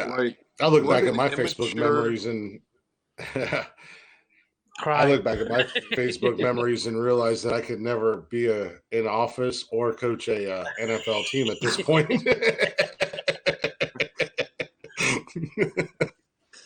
Of course, that I have this podcast. That's really kind of sealed the deal. That should. Anybody running for politics, Yeah. should never be on the show. Yeah. At some point Well, in one time, of my- Rob's gonna run for city Governor. council or something like that in St. Louis, and they're gonna contact us, and I'll be like, well, I mean, on episode 48. two of my comedian buddies, they had a podcast. They started podcasting in late 03, Oof. and they were making the top 10 Apple comedy podcasts every week. It's called Nice. the Bill and Dan Show, and nobody else was doing it. And I was on, like, they have followers from Australia. Like, I was terrible at radio and podcasting, so I was kind of the heel of the show. They'd bring me on every few months. But I mean, he was a lawyer too, and he started working for a judge and just canceled the show. And they're looking back, they're like, God, we could have been world famous Yeah. now. Yeah. We Well, just I mean, stuck with that's the crazy thing. Like back then, there was only like 15 podcasts in general. Yeah. Now 15 podcasts Yeah, that was- start every week. Yeah. Yeah, that was the early stages of podcasting. I mean, it's You you gotta know, be a trendsetter, and Yeah. Well, and that's the crazy thing. I'm sure Chris will back me up on this. Back in 03, I was thinking I should do a podcast. I just don't have somebody to do it with. And, Chris it was and I tougher too. hadn't The been in touch programming. since high school. Yeah. Yeah, well, programming back then. Now it's so easy. We use Anchor. We post everything on Anchor. Shout out to Anchor. And literally all we got to do is upload the audio and walk away. Right. And it does everything. Back then, you had MP3s and Yeah. RSS feeds, and well, and back then, I think it would have been a lot harder for the three of us to do what we're doing now. I mean, Yeah. Jeff's in Mexico, you're in St. Louis, and Right. I'm in Ohio. So I mean, I don't know if it would have been possible to do it back then. It was so much harder. And Yeah. like I said, every Tom, Dick, and Harry, and Jeff and I are those Tom, Dick, and Harrys. Yeah. Think they can put on a podcast. Oh, yeah. You know what yeah, I mean? I mean, I don't know how many comedian friends I've had. I'm doing a podcast, and it'll be for maybe 3 or 4 months. That's another thing. Yeah, some people actually do get started on stuff, and then Give up. Yeah, they stop a few months later, and it's Well, like, yeah, you didn't commit all the way. We agreed in the very beginning, if we get paid from this, great, super. But Yeah.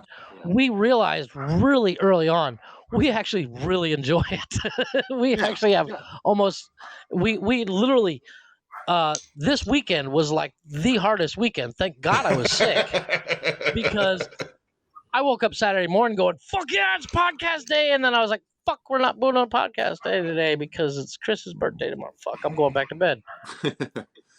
I know. I ruined everything. I'm sorry, Jeff. Oh, my weekend was just wrecked. It was my all birthday having weekend, fun and my fiance, she lives in Tennessee, and I live in Ohio. So Yeah, the king and queen of long distance relationships. Meet in Kentucky. so what's that? You could meet in Meet Kentucky. in Kentucky. Well, yeah, we could, but Florence, y'all. Florida. Yeah, actually, yeah, no, we go through every time either when I go down there, she comes up. We go right through Florence, and we got that big water tank. But her and my son came up this weekend, and they were up here. So I told Jeff, I was like, we're gonna take a break from the podcast. I don't want to take away time from her because we only get so much time together as it is until she moves up here, and we calculated it today, and I think we got like 6 or 7 months before she moves up here. Oh my god! Permanently. Plus she's new. And I don't have to help them move because I live in Mexico.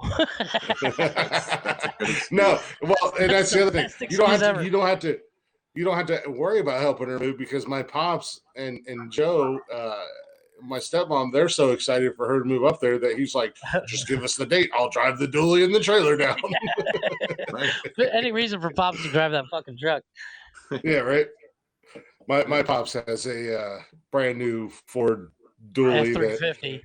and we live in Newark, so I don't know if you're familiar with Newark. Yeah, my aunt and And uncle. he works like less than maybe a mile from his house.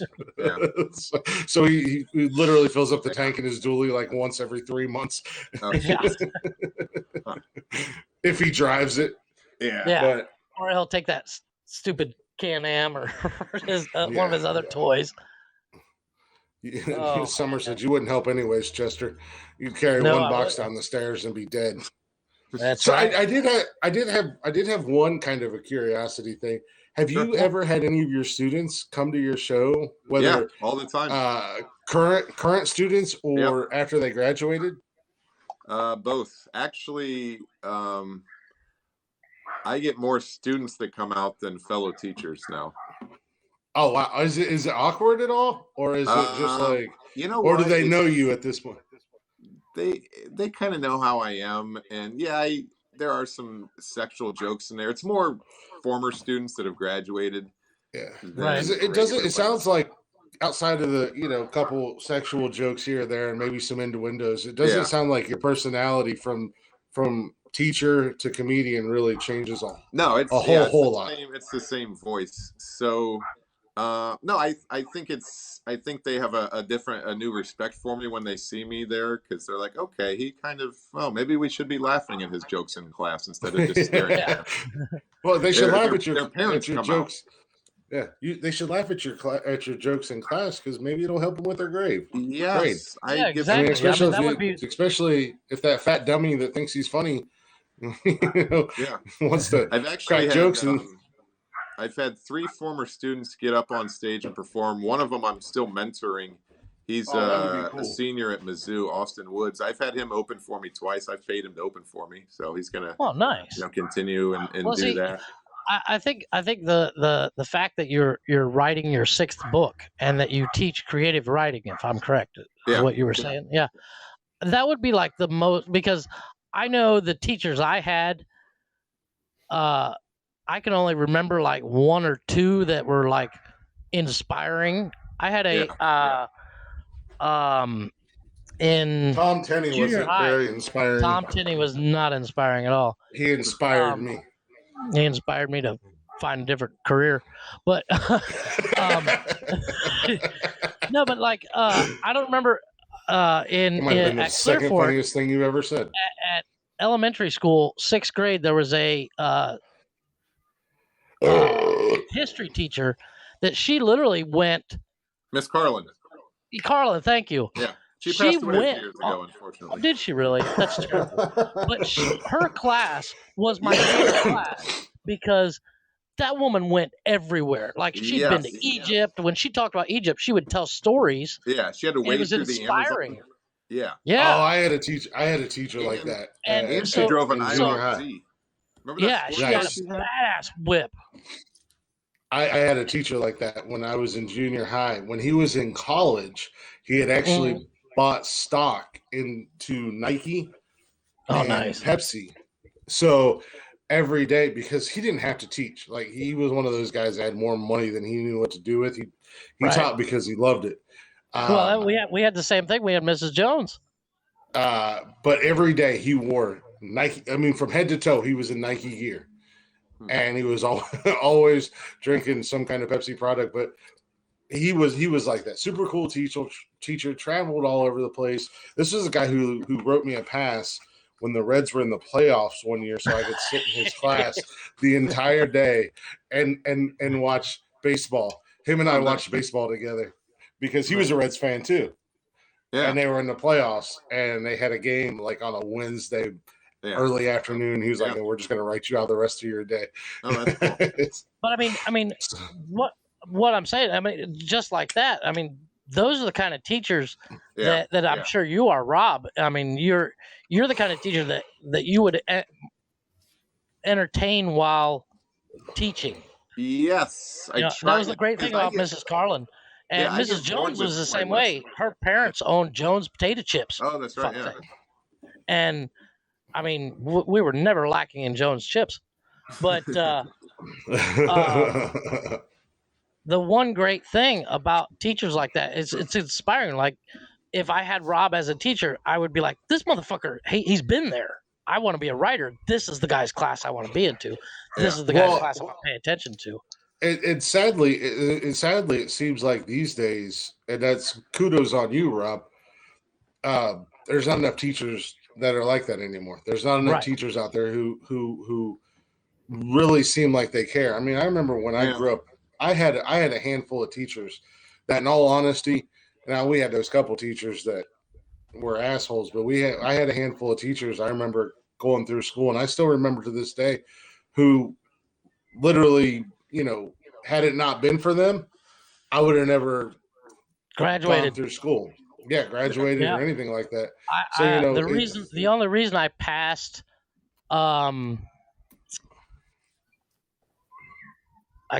was a history class, but we had to give a speech. It was at the Career Center, and I can't remember the teacher's name, but she paired me with a girl that was afraid to get up in front of everybody, and that girl did all the research, and I talked. Oh, perfect. Well, So, I mean, yeah. that teacher knew it. She was struggling because it was kind of multiple speeches were given, and I was struggling because I can't read. I can read, but I can't focus. Yeah. And so she paired us together. She said, "Look, I know you both are struggling, so you do the research. Jeff, you read." And we're like, "Got it." Yeah. And that's Jeff, your dude said, Stevie said you look like Steve Buscemi. I'll take that as a Just- compliment. Steve Buscemi. I was actually thinking more Walton Goggins since you shaved your beard off. Oh. Like if Walton Goggins had a retarded twin brother, you'd be him. The Wish version.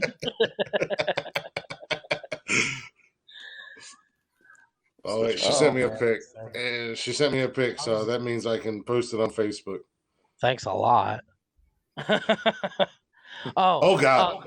Before you decide to post that on Facebook, Look Summer up Walton did send me a picture of somebody dancing around their living room with their shirt tied in a knot. That was not. I'm going to send you this video. You're going to laugh your ass off. Okay, I may or may not have gotten a little drunk on Sunday night. A little. And holy shit. My answer to what she sent me was, "Hello, TikTok." Yeah, that's why I was afraid that was going to end up on my middle daughter. I have 4 kids, so yeah, Chris doesn't own a TV. No wonder you're angry. Yeah, I have 4 kids, and oh my God, that's another thing. So this weekend, my fiance comes to my house. I'm a big football guy. I'm a Michigan fan. Judge me how you will. Oh, jeez. I knew you two would get along. so Saturday, she's sitting on the couch, and I'm watching the Michigan game, Michigan versus Nebraska. Yeah, and she starts going. They barely beat. That was an ugly game, but that's because. Rob, you and I can talk sports. Jeff will glaze over my and eyes pass will out. glaze over here. Trust me, I will talk sports all day, every day with anybody who's willing to. They barely beat him because Jim Harbaugh's a fucking moron, and he wants to force this passing game when we have probably a top 5 rushing game in college football. He's from the school district I teach at. He's from the school right down the road, Eureka. Oh, is he really? Yeah. When he was a monster. When he played basketball too. When he was shooting free throws against our school, our student section started chanting, "Let's go Buckeyes!" Haskins, Jeff, I know you don't understand football, you don't understand sports, but Haskins is built and has the speed of a wide receiver, but runs like he's a running back, but he runs like Jim Brown. He's a monster. He's very powerful. Nice. But he's what, 6'5", 6'6"? I don't know. 230, something like that. Like he's a big running back. He's a big running back, and he's okay. But they've also got Blake Corum, who's one of those little finesse guys, and then but she's sitting on the couch beside me going, "Go Nebraska! Let's go Nebraska!" And I'm that's like, "You just do her realize busting your balls?" I was like, "You do realize we're in Newark, Ohio, where domestic violence is perfectly fine. It's a normal Tuesday. It's normal." So then Sunday she starts doing this "Let's go Chargers" crap. Oh man, I'm a Browns fan, yeah. and I'm like, "You're killing me." But But anyways, so I got a little drunk Sunday. It was my birthday. I got a little Oh drunk. my gosh. My middle daughter, my 12-year-old, she recently came out, and so Summer had like tied my shirt up and rolled my shorts down, and I was dancing and twerking. The shirt was tied up. Do you remember the movie Mo Money with the Wayans brothers? Yes, I didn't watch it, but Okay. I recall the Okay, flick. the scene where or in Scary Movie when the Wayans brother tucks his shirt up through his Yeah. head hole, and he's like, "Does this make me look gay?" That's how his shirt was. Okay. And he's stomping Summer- around the house going, "Hi." Huh. Yeah, it was. Sounds like a good birthday. I'm an interesting character when I get drunk. I'm a happy drunk for the most part. So, I just have fun, and I torment the shit out of my kids because, why not? That's your right as a father. Yeah. Well, I mean, yes, I did get a good birthday present, and yes, there was that. Now, Rob, is there any plan for kids on your end? Rob can see the comments. No, I'm 44, and she's around my age. I'm not allowed to give her age publicly, so that ship. She's 65. No, I'll tell you what. Rob's wife, I do have to say, she's a beautiful woman. Yeah. Well, I don't creep on him that hard. No, I'm not creeping on anything. But what I'm saying is the fact that these two don't have kids, their kids would literally look like a miniature Brad Pitt walking down the street. We've got a bad gene pool, though. My teeth and acne, and her acne, and she's got, we didn't want to do that to any kids. Just the awkwardness alone. I don't know if they could have survived it. I'll wait until Rob's famous until I creep on his wife. No. What I'm saying is, it's like these are two beautiful people. Thank you, but I stuck her on the cover. Don't have kids is kind of. What's that? I stuck her on the cover of that book and put pictures of her in there. Just if you like pictures, there you go. Let me just. Yeah, there you go. Well, I mean, some people, they get focused on their career and just have a kid. It's only one. Yeah. I'll tell you what. Rob does one of the smartest things I've ever seen. He takes all the pictures he wants and videos he wants while on vacation and waits till he gets home to publish. Yeah. Oh yeah, that's usually what I do. Yeah, there'll be one or two through the weeks that I put up, but yeah, I've learned because if you post them all day, you spend all that time on your phone just checking for likes. That's what I try to tell my fiance because she gets mad at me all the time because she's like, you never take pictures, you never post when we're on vacation. I'm like, yeah, I take pictures, but I don't post until after we're done because I'm trying to enjoy the moment, enjoy everything like that. Where she's and not that she's not enjoying the moment and being there and having fun or anything like that, but she posts all the time where I'm just horrible at social media in general. So, I don't. No, what's funny is like Rob and I could literally be in the same room and I won't know it until like a week later when he's home in Ohio. And I'm like, motherfucker, I was literally just there. Yeah. I'm in the background of that fucking picture. Speaking of Ohio, Rob, you're gonna have to let me know next time you get back out this way if you're doing a show or something, so I can come out. Now I expect like tickets comped and an open tab, and I won't do that to you. You don't have to have an open. You don't have to have an open tab for me. I won't do that because he's not worried about that $10,000 from the books. I'd love that. I would definitely like to one-nighter in Columbus. A lot of my comedy connections in Columbus aren't doing it anymore, or I don't know, they're just not around, or half the bars. That was something that brings up a question. I'll have my people talk to your people. How is the comedy scene right now with COVID and all that shit? It's healing. It's not safe. Nobody's wearing masks in the club ever. It's the cruise ships are really hurt, but yeah, a lot of my friends, that was my advice. Or I released a YouTube video when the shutdown happened, and I said my advice is find something else to make money on, because this is going to take at least a year before clubs open back up. You know, I thank God it didn't happen to, you know, the shutdown wasn't 15 years ago, because I was a substitute teacher, which they wouldn't have needed. Right. And, you know, so it's getting back. Well, actually, St. Louis is opening another Funny Bone, actually, in St. Charles, little town I live, just on the outskirts of it. But a lot and that's the fortunate of venues didn't survive. Well, that's the fortunate thing for you, is that you're not a full-time comedian. So COVID didn't really, you know, kick you in the nuts as hard as it hit others, because you do have your career in teaching and whatnot. You're also writing books. That was the problem we had here. There's a bunch of guys here that their full-time job is musicians. Yeah. And they're just like, well, we're going to starve. Yeah. No, I actually had a pretty good winter still this year, because there were a lot of older comics that were like, I'm not going out in this. I'm too old.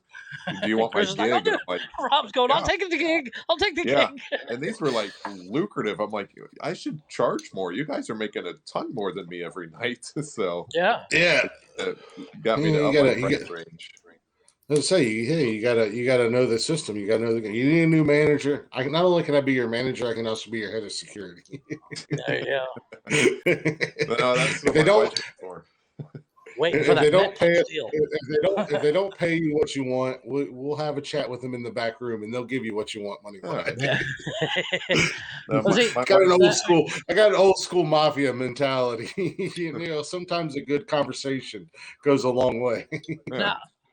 Now, the one thing Chris and I talk about is we talk about often is like, what if? And what's your ultimate goal there, Rob? If you like headlining in Vegas or like Netflix special, what's the ultimate dream? To publish a bestseller.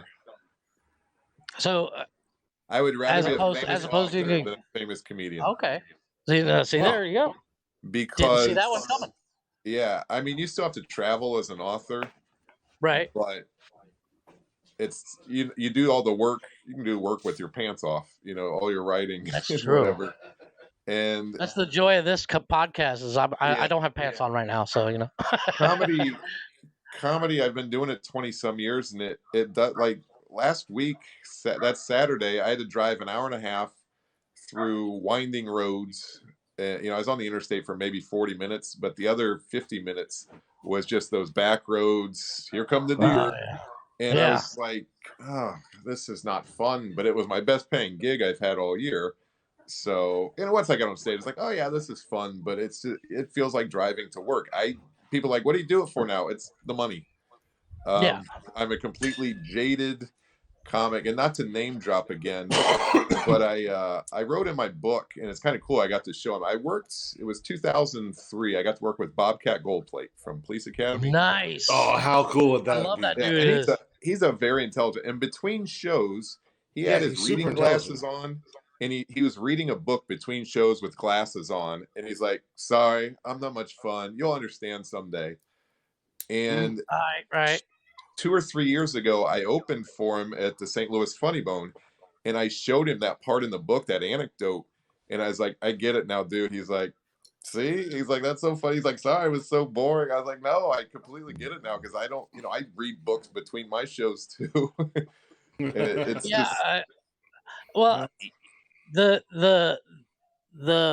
the thing you see when you see stand-up, like I said, I was watching Dave Chappelle today, and I love stand-up. I love watching stand-up. I like to laugh, sue me. But you would think, like after the show, I know when Chris and I get done with doing the podcast, we're amped for another good hour and a half. Yes. At least. Hence the reason the Saturday after shows have come about.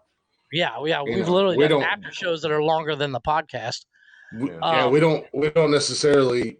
I've never posted any of the after shows. It's more just us live streaming, and whether we're live on here, we're live on TikTok or whatever. It's just more us just hanging out and bullshitting, and Yeah. anybody who joins us, they join us, and if not, it's just Jeff and I just freaking hanging out because I'm still drinking, and or that and one neither one of episode us where are. you got me to sing because I was drunk Yeah. off my ass. But I mean, after a show, Rob, how amped are you? Especially if you have a show that goes well. Pretty wound up, and then I get to sell my books afterwards, and I care, if I sell more books, that's a nice feeling too. You get all that cash, tax free. I decided, but yeah, that's like comedians. You decided. I like that. You've got that just 45 minutes to an hour of dopamine. Yeah. Right? Over and over Absolutely. and over, and then a little from drinking, and then you go back to your hotel room by yourself. It's no wonder comedians are depressed and have drug problems and alcoholics. Yeah. Oh, it's because it's like I know that. I know. Yeah. I know that. I know that all too well. I was gonna say I know that all too well because as Jeff and I have talked, I just turned 40, and for the first time in my life, I live alone, so to say. What's going on, Anthony? Thanks for the heart, brother. So I totally get that feeling of the show's done, and now nobody's here. There's nothing going on. What do I do? And you go from that super high, and you just what the fuck am I gonna do now? Yeah. And when I was single, low feeling. When I was single, it was really depressing because you're like, all right, there's got to be some girls at this show that'll nope. And they all leave with their dates, and it's just you go back to a hotel room, and it's like, what am I doing with my life? Yeah. Well, the one thing I've noticed, like when we get done with the show, I'm amped and I'm up until 3 o'clock in the morning, but everybody else in the house is passed out dead cold. And I'm like, and I end up watching Netflix until 3 o'clock in the morning because it is one of the most purest highs ever. And besides selling the books, what do you do to combat it? Besides doing a bunch of crack, I often have a few beers like after a show. If I'm in a hotel or something, I'll just have a couple beers. I feel like your few is different than my few. Honestly, Chris's few is like 612s. I'll write like a blog maybe about the show, or I don't eat fast food hardly at all. So I'll be like, I'm gonna get some Wendy's. That's gonna be a crazy night out for me. And it's gotten better as I'm older and married. I'm married now. I'm not out there looking for women, obviously. Yeah. So I'm better at it now. Actually, I did a lot of writing. Those two novels I wrote in 2013 and 14. I did a lot of writing on the road those summers. Like I was nice 5,000 to 8,000 words a day.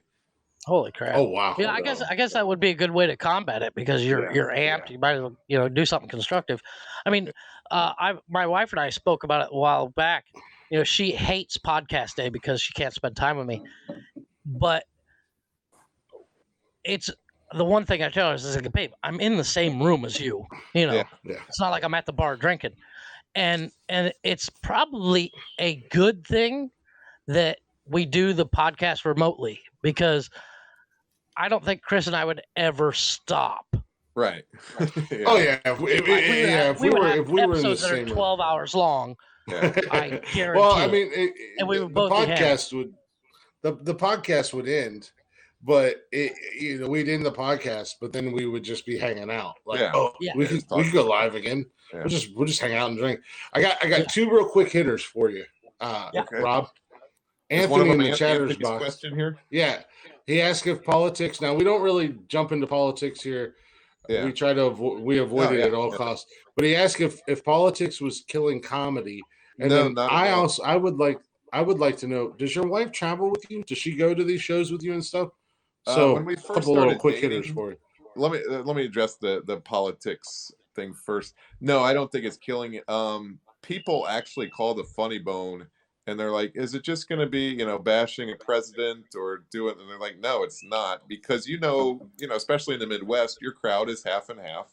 And so you're going to alienate at least one side of it. So, which is why we try to stay out of politics. Yeah.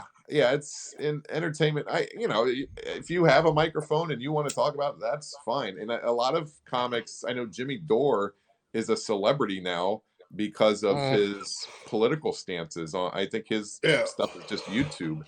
So, Yeah. if you want to get into that and get death threats, great. But I don't know enough. It's like I just don't have the energy to argue anymore. I'm not going to change anyone's mind. I No, don't, that's exactly where Yeah. exactly where I'm at. I'm in the same page as you, Rob. I Yeah. don't care. I don't know enough, Which and I is don't why care. I stay off Twitter. Yeah. It's Because just I will little argue. I don't know why, but I will keyboard argue all day long on Twitter, I used which is to. why I don't man our Twitter feed. Yeah. I used to get So I into don't- Facebook fights, and I just learned to unfollow mostly my classmates. Yeah. But it's just not worth it. I was arguing with a former classmate of mine, and we weren't like best buddies, but we knew each other, and we were talking about I think it was whether people choose to be gay or not in the Bible and the Old Testament. And he thought the earth was 6,000 years old. He was and I was like, look, we can't even if we're coming from this two different planes. Yeah, it's not I mean worth that's arguing about. He's like, that's okay, like that's fun. red and blue or Yeah, green together. yeah. Well, I mean, I've had friends of color, I guess you could say, Yeah. POCs, that I've been friends with for 10, 15, 20 years, who just recently, in the last couple of years, have decided that I'm racist. And I'm like, we've known each other all these years, and now all of a sudden I'm a racist. Like, we've been friends. We call each other brothers. We know each other's family, and now all of a sudden I'm a racist. Come on, man. Yeah. Like, you're really buying into the bullshit. And that's what I told Jeff when we talked about this podcast. I said two things. We're not going to talk about politics. We're not going to talk about religion, because automatically you divide your audience You're in gonna, half. you shoot yourself in the foot before you even get started. Yeah. Which I feel the same thing about have you comedians. had to deal with any cancel culture? Any cancel bullshit? Like right now, Dave Chappelle, his new special, The Closer, is the trans community or whatever are going after for something he said, but I don't think they actually watched the special. Well, yeah, I haven't liked his last few specials, so The Closer, I laugh my ass. I'll check it out eventually, just because I see everybody commenting on it about it. But I don't like comedy on video anymore. Like I have to be there in person, and I'm very I'm jaded when I watch it too. I watch more of the technique than I do the actual joke, or sometimes Chappelle, but I'll see. I was like, oh, I know where this is going, or that kind of thing. Yeah, you can kind of see the setup. It's like I do. You know how the sauce is made, so you're like, eh. Yeah. I do the same thing. Not that our podcast is successful or anything like that, but I do the same thing now. I listen to podcasts a lot differently than how I used to, and a lot of times, in all honesty, I'm not really judging them. I'm learning from them. Where before I just listened to them for the entertainment factor, and I enjoyed them. And now I still enjoy the podcasts that I listen to, but I'm also listening to them to learn from them.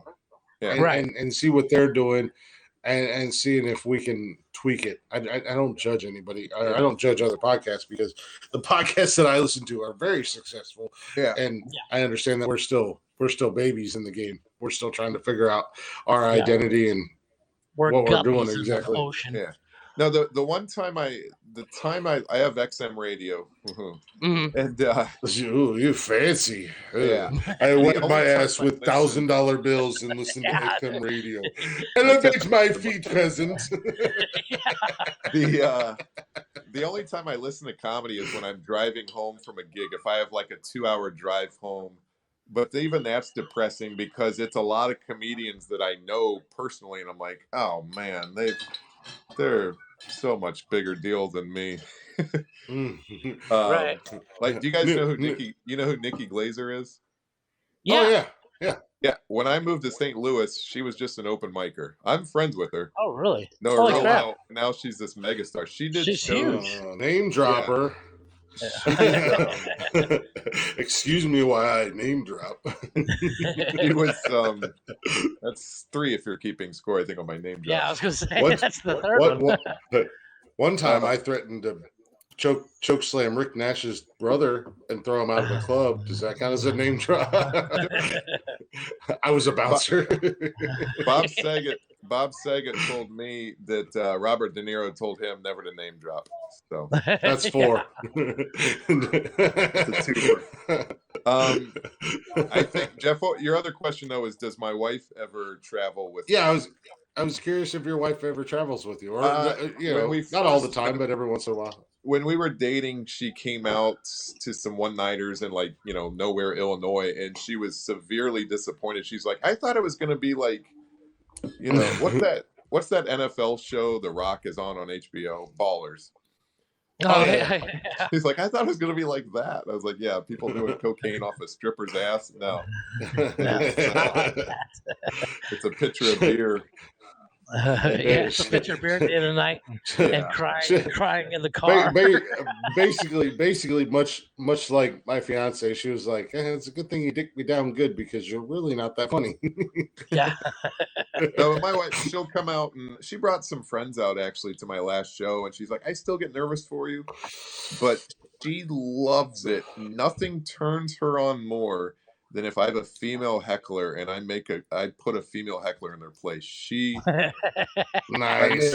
I made a woman cry once, and she's like, I would have just, All right. My wife's ready to climb on stage going, take me now or lose me forever. That's awesome. but yeah, That's awesome.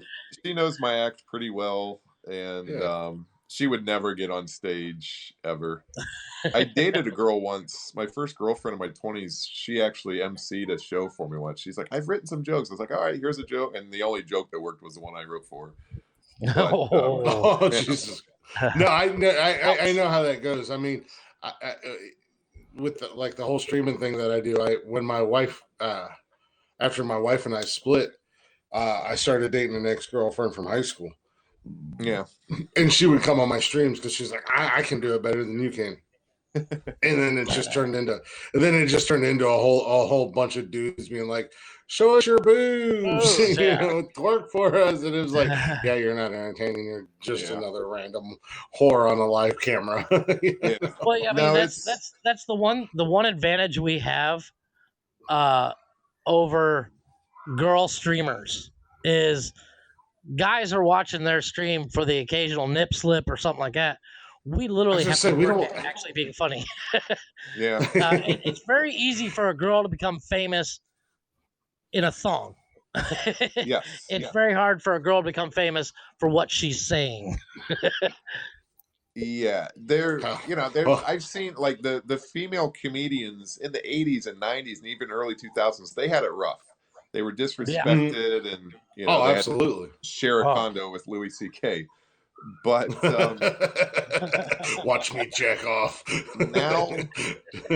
Nowadays, they are getting more stage time than anyone.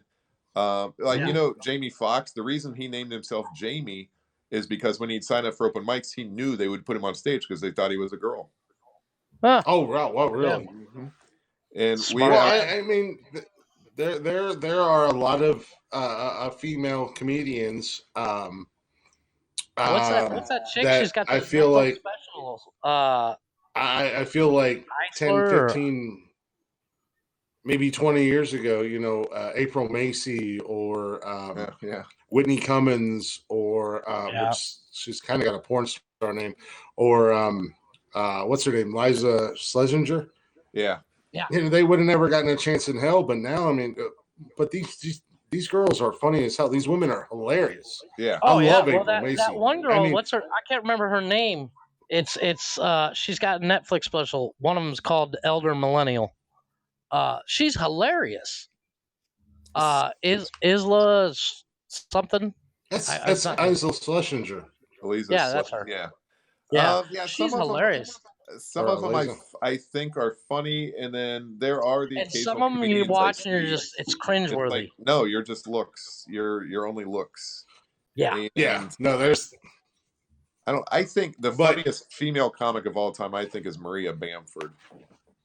Okay, Yes, yeah. she's funny. Just pointed that Yeah. out. Yes, Maria Bamford. I got the honor of working with her. I think it was like 09. But she's like the only comic that if somebody said, "Oh yeah, what was one of her bits?" You can't recreate it. No. Because it's voices and personality, and they're just so weird, and they go off on these tangents. She's just a genius. But you know, it's not fair. I tell comedian there was a comedian a few years ago. He's like, this girl's only been doing comedy for a few months, and she's already got this and this and this. And I'm like, dude, it's showbiz. It's never going to be fair. There you go. Well, Well, I mean, that's how. same thing with How streaming. Yeah. Well, that's how April Macy is. April Macy is she's gorgeous. Yeah. I mean, she really is. She's a beautiful woman, but she's fucking hilarious. If you would, and I, again, this goes back to the morning show I listen to. She's a friend of the host, so she comes on all the time. So I've heard a little bit different side of her than what you see in her stand-ups. But she's absolutely fucking hilarious. There's you have a story about April Macy? Yeah, it doesn't involve me, but it's something a comedian I worked with a lot told me.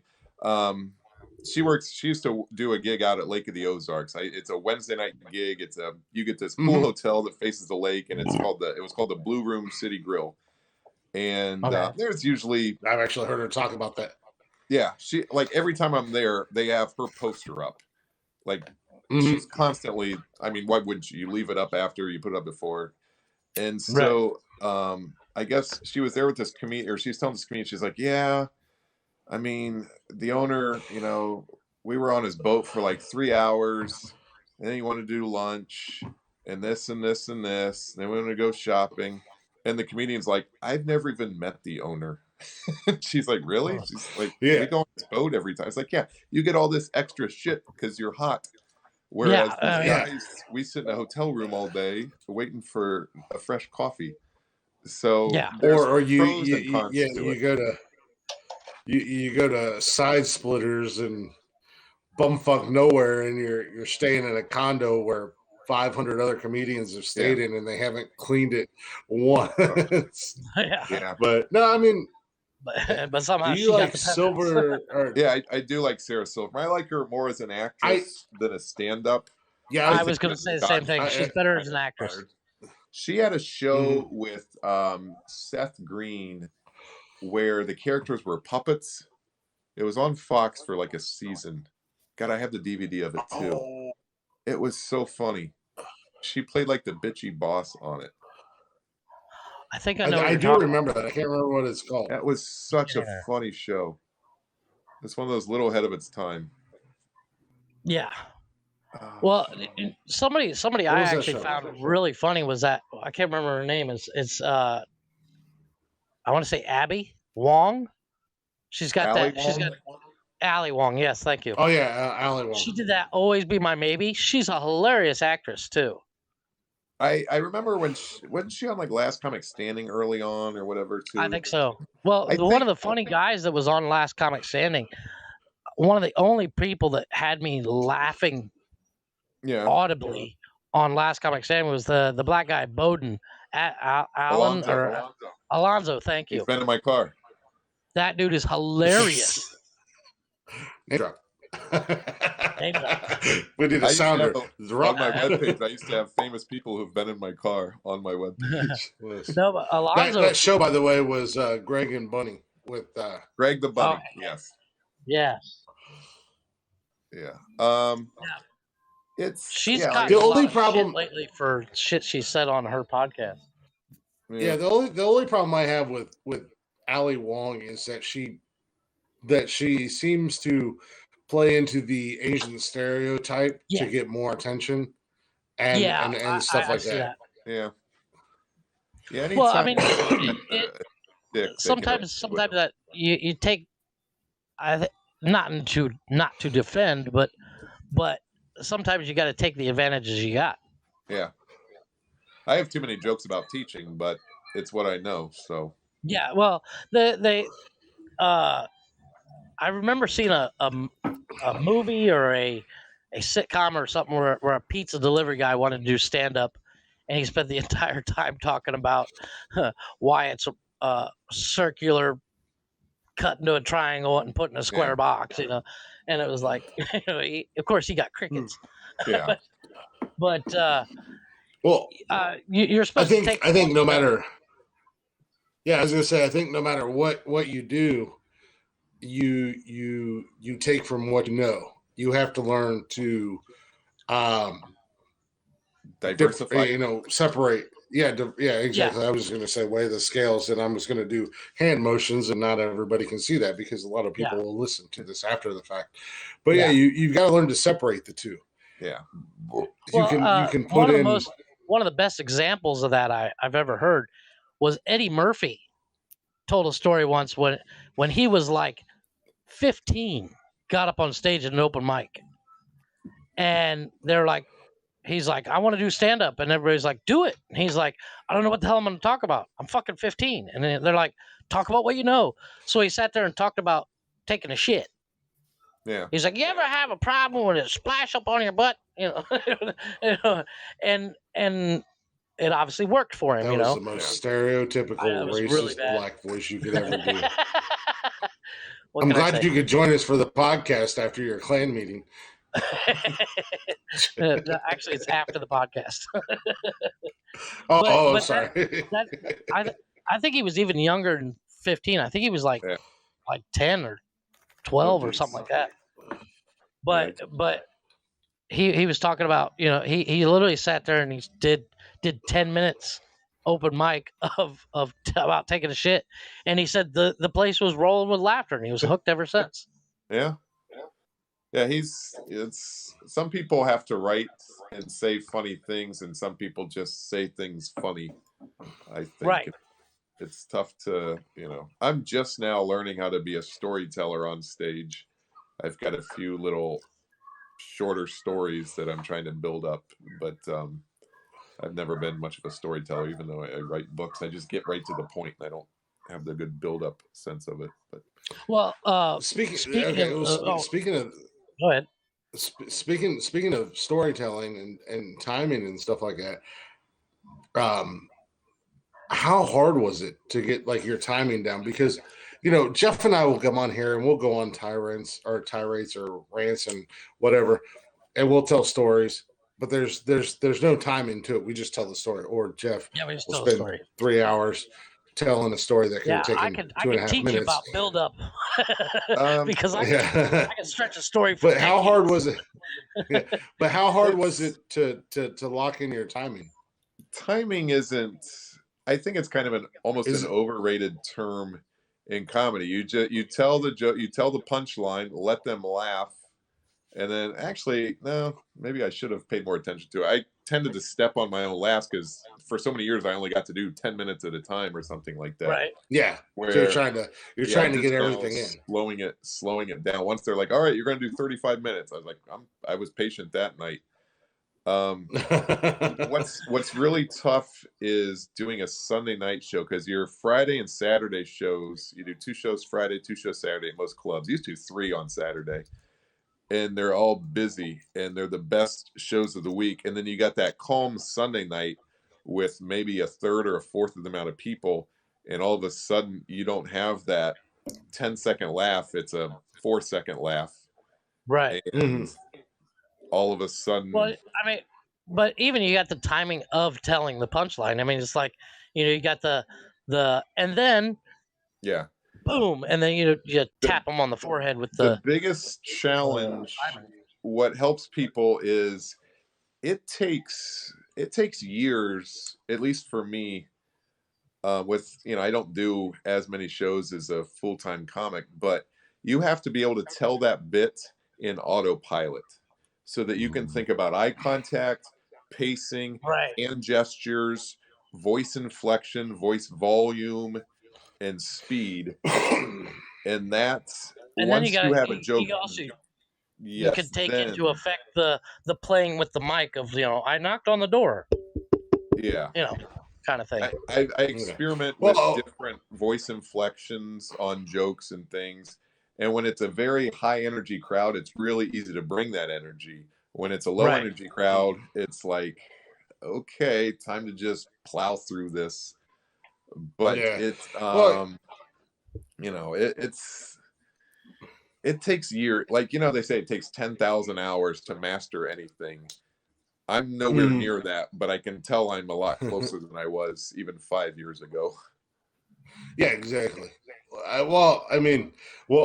Hey, Jay, how you doing, brother? Welcome back. Glad you came back. Oh yeah, hello from Jay said, Branson, that's over up in your area, isn't it? it's on the other side of the state, but Well, it's yeah, the same state. yeah. Well, that's more. It's over there. I'm in Missouri. He's in Missouri. Oh. there's that much like I'm in Ohio, and other folks from Southern Ohio are from Ohio. Yeah. But yeah, he said excellent And literally point. the Some distance people, between right? those two sometimes can be a street. Yeah. I have. Yeah, my next door neighbor says Ohio, and I say Ohio from time to time. As I said before, my new next door neighbor, if meth was a person, it's going to be my new neighbor. Well, she's nice. Don't get me wrong. She's very nice, but that Chris and I constantly argue about, but it's not really an argument. It's just Chris mentions that I say it wrong. Is I say soda. Yeah, and what do you call it, Chris? Soda, I'm going to punch you in the head. It's fucking pop. Rob, what do you say? I used to say pop. I converted to soda. I've been in Missouri 16 years. You converted. I lived in South Carolina. Yeah. I lived in South Carolina for 10 in Mexico, years. It's just called Coke. Yeah. I lived in South Carolina for 10 years, and I would yell at. I would get in, not really fights, but I would torment the cashiers at gas stations and grocery stores because they're like, oh shit, I forgot my pop. And they're like, it's soda. And I'm like, no, it's pop. You're wrong. Newsflash, you lost shit on soda. You're like, it's soda. It's soda. No, you lost the war. It's pop. So. Yeah, it's pop. Well, you lost the war. Calm the crazy down. The crazy thing is, Rob, and you can contest to this, is the taste difference between the United States and Mexico when it comes to Coca-Cola. Yeah. Is that's because you guys still use real cocaine. You guys still use cocaine. We use real sugar. It's real cane sugar, and in the States, it's real cocaine. It is definitely. I even like the diet pop down in Mexico. I actually now I feel like you're poking the bear. Well, the only place in Cancun that I found to get American style soda pop or whatever is Carl's Jr. Oh, thank you for that, Jay. Jay said I wouldn't or couldn't be a stand-up for anything in the world. You have to have a thick skin and a glutton for punishment. Yeah, but we reap the reward. 100%. Every comedian probably has their reason for why. Some usually dysfunctional child thing or something that why they're still in it. I think being a middle child, I was kind of trying to make everybody happy, balancing acts. Maybe, I don't know. Yeah, I totally get that. Yeah, well, I mean, even doing this. Well, the one thing we constantly beat up on each other on the podcast. Yeah. But we know the one thing we have is the thickest skin. Yeah. Well, and that's the other thing. I mean, Jeff and I will take shots at each other all night long when we do the podcast. We'll take our little shots, and sometimes people hear them. Sometimes people catch on to it. Other times they don't. It don't matter. Jeff, when I take my shot at Jeff, he hears it when he takes his shot at me. Yeah. But at the end of the night, and I told him that the other day. I'll message him after the show. Hey, love you, brother. Good show tonight. Yeah. Or whatever. Yeah. But we don't ever take it personal. Yeah, we shit on each other at open mic. It's just, you get off stage. Hey, nice lecture. And just I did. But but I've never. and I won't That name hurts. drop like some people tonight, but I've talked to I've talked to some comedians and stuff like that, and I've hung out with some excuse me, after shows or before shows or whatever. Yeah. And even just listening to some of these big famous ones, man, they got some fucking dark history, some dark past, man, Oh, for yeah. real. Yeah. You're going And to name drop the me fact that tomorrow. they, It's going to be the full circle of it. I'm going to name drop the shit out of you when you become famous, Oh, because yeah. as We will as literally. as, It will as be I there will not, an episode. If you become famous, an episode of Nonsensical Nonsense will not go by without us not name dropping you. Like Rob Because- Durham was on the show once. because I make it I We're make it famous very by clear. association. Yeah, I make it very clear that Blacktop Mojo, whether they know us or not, is a friend of the show.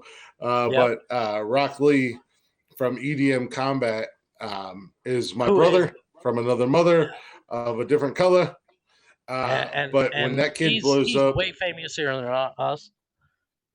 yeah, we need to have a new rule on this podcast that we have to have people on here that are less successful than us.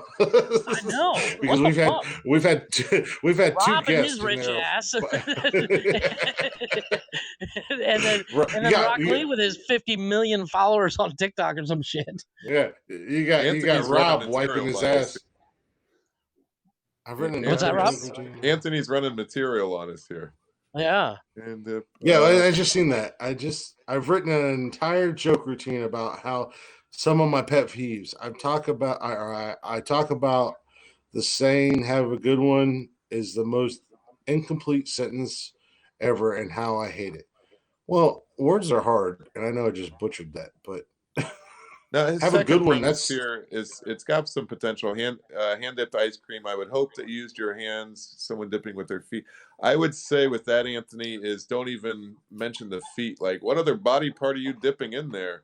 And then kind of let the crowd use their imagination. Well, Yeah. Rob, you know Jeff. I know Jeff. Lord knows what he's dipping in there. Yeah. This thing doesn't work. But yeah, I mean, Rock Lee from EDM Combat, he came on the show, and him and I have known each other for a few years, and he's doing big things. But then this motherfucker's like, yeah, I'm doing music for Netflix and this that, and the other thing. I'm like, Jesus Christ! Rob comes on here. I just did some stuff for Netflix, and he like threw it out there like it was nothing. And I was like, Rob came on here, and he was like, I use $100 bills to wipe my ass, $5,000, whatever. I'm the richest teacher in the world. Mm-hmm. I had a guy. I tried to start a little side hustle with comics, because about 2 or 3 times a year I'll get a comic and be like, hey, can you look at a video of mine and give me some feedback? And after a while I was like, shit, I should make money off this. So I started charging like $25 for 7 minutes, like a 7-minute set. So a kid actually did. He sent me his first time on stage. I'm like, dude, this isn't a good one to do. But he's like, write a blog about it. And I was like, all right. So it's gonna be a commercial. I need to make one of those videos within a video, which, Jeff, I don't know if you know the best software to do that on. KindMaster. KindMaster? I'll send you a link. Okay. Yeah, that would probably. Yeah, you can actually use it on your phone. Oh, yeah, perfect. Because where I could just stop and talk about what he's doing wrong. You can actually if you watch the couple of the episodes that we do on here, all our intros for different segments. Yeah, I've built all those in a matter of a few minutes. All right. Yeah, Jeff did the Pops Top 10. He did the I had a news intro, and Jeff revamped it.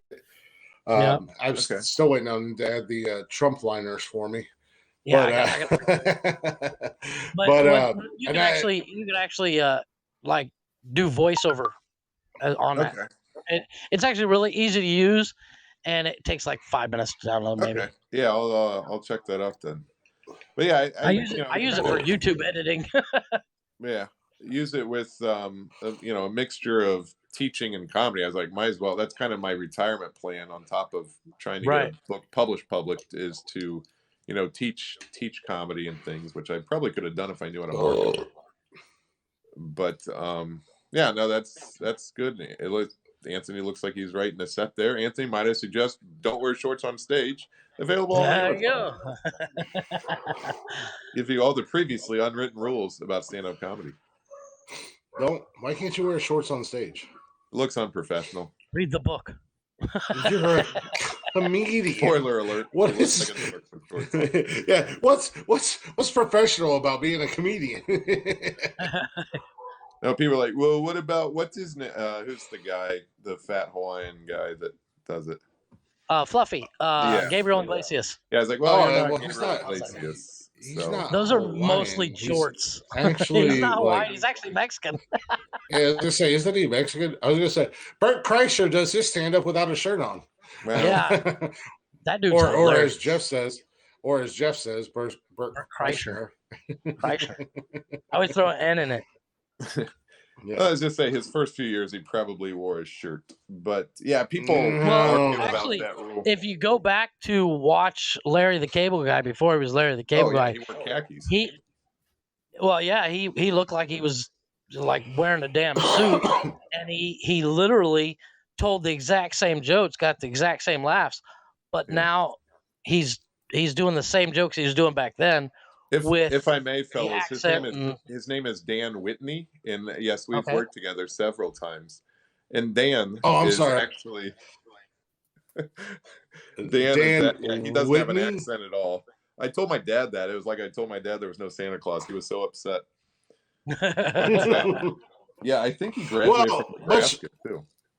Yeah, I was just saying, but he created a character. Yeah. He created a character and he became famous. Actually, I did know that, but I don't want to step on your toes or anything. And I'm sure you've had him in your car and drank soda. You guys probably shared a soda. No, but yeah, you just get that little shit. Like Tim Allen wasn't famous, and he was doing a corporate party up at, it was Hilarities in Cuyahoga Falls before it was the Funny Stop, and there was like everybody at this corporate party had steaks, and so he just kind of made fun of like, oh, that caveman noise that he made, right? Yeah, milked the hell out of for an entire decade. Yeah, that's how he got his sitcom, and that was his thing. Well, I'm actually reading his book right now. I've been reading it for like 2 years, but whatever. By reading, you mean you're listening to the audio? No, I actually have the book. It's called "Don't Stand Too Close to a Naked Man." Oh, and it's actually really funny. But I read it a little bit of it, set it down, and then 6 months goes by, and I read a little bit. Yeah. I feel like I've heard that book title before. Don't wear shorts when you're on stage. I might have said it to you. No. I caught it. I caught it after I said that. All right. Anthony's running material. I tell them I usually have one of those. I've got it too. You didn't see the look I just got. I'm looking at Anthony's. Rob. Anthony's Rob's like, I'm going to be a teacher, and it's I'm just going to give you the fucking look. Anthony, that's what I do. A little overdone. If you're gonna do toilet humor, it's got to be a fresh take on toilet humor, I guess. Yeah, I mean, well, the one thing that Kevin Smith actually talked about toilet humor, he says his grandmother told him early on. He says one thing that pays the bills is dick and fart jokes every time. Yeah. But they got to be the right paying my bills. Dick and fart jokes. Yeah, but I don't really. Once again, Chris and I take it way too far, where you can't even see the beginning of where we started. I think the reason I don't do a lot of like I started doing comedy again to try to impress girls because I was lonely. So I think I didn't want to gross them out. Right. I didn't want to gross them out. So He said, he's like, The I loneliest started doing profession to comedy. meet girls. Rob said, I started doing comedy because I was lonely and I went in to meet girls. I started doing streaming because I was lonely and I just wanted to have adult interaction. Actually, Yeah. that's It one of had the nothing reasons to do. why I wanted to do the podcast so I could actually talk with adults. I'm literally a stay-at-home dad that's stuck with a 10-year-old and a 6-year-old all day. Yeah. Well, I deal with 15-year-olds that act like they're 6. So Yeah. Ugh. Well, do you have a problem I with have a the 16-year-old, technology in the trust me, I know. classroom at all, Rob? no, I mean sometimes stuff will break, but it's not because of anything I did. I mean, we had to No, learn no. how What to I, do what I mean Canvas. is, like kids playing on their phones, or Oh yeah, like I know you did a TikTok where you were like, this is the benefits of good seating chart, yeah. and then one of your students waves. We here's a true story that I actually turned into a bit. It's one of my bigger laughs. Is in my classroom we have I made a box and I had a student decorate, put a face on it, and they named it Boxy. And if your phone is out, whether you're using it or not, Boxy sees it and Boxy eats your phone till the end of the hour. And you have to do the walk of shame, put your phone in the box. And I have my kids guess how many phones will Boxy take by the end of the semester, just half the year at a time, because some of them switch rooms for different. Right. And so the Box record is 61 phones in one semester, spring of Holy 2018. crap. And so what I do Holy shit. is I have them guess at the beginning of the semester how many phones will Boxy take. And the closest one gets a gift card, which I usually forget to give. Have a good break, kids. And that was somebody in the other class wanted. So what happens though is they start telling on each other. Like if they guess 60 and we're only at 35 with a month left, they start telling on each other like, "Oh, Boxy your phone." And so I'm bragging about this on Facebook. This big group of teachers. I was like, "Yeah, I taught my kids how to rat each other out, except autocorrect changed rat to eat."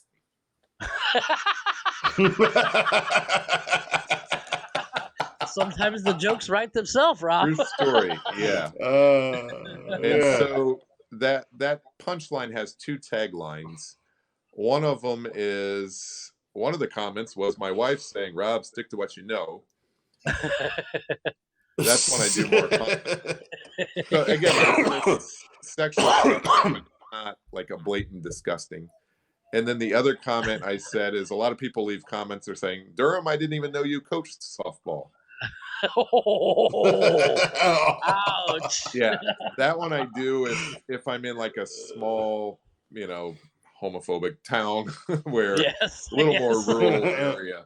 I don't like doing that one because I don't want to alienate anyone in the crowd. So I usually just stick with the one with my wife. But if I'm feeling,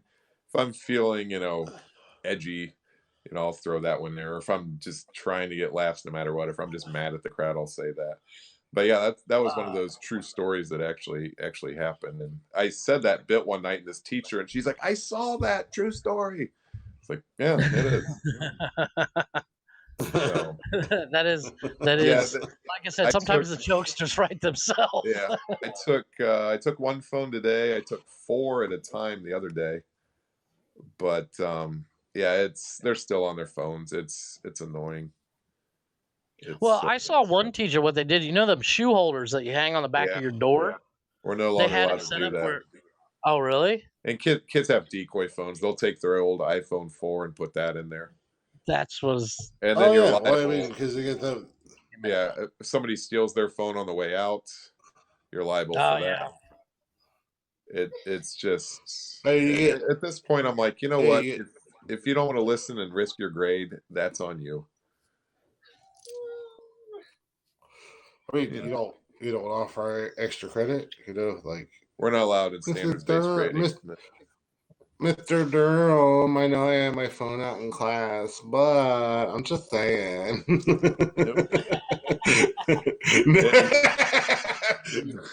Maybe I could do something to bring my grade. No. All of a sudden, like, you can tell what I do. Progress reports came out last week because now I'm getting all these emails. What can I do to bring the grade up? I was like, well, I warned you back in August if you didn't turn stuff in. this is how it's going to be. Emails Them from holding back in middle from the school. from the kids or the parents. Or the parents. This is another bit I do. I'm getting parents emailing me from their student's address, pretending to be. Ah. Well, no, I've actually been that parent that not from the students, from my personal email. But hey, look, I'm sorry, my kid's a fucking dummy. What can we do to get her grade up? I'll get She might be mildly retarded. I don't know. But it just bothers me when I get them forged from the parent, and I'm like, wow, you've come a long way since your last email. Yo, what my grade? I don't think you will. yo, teach what my grade is. Yeah.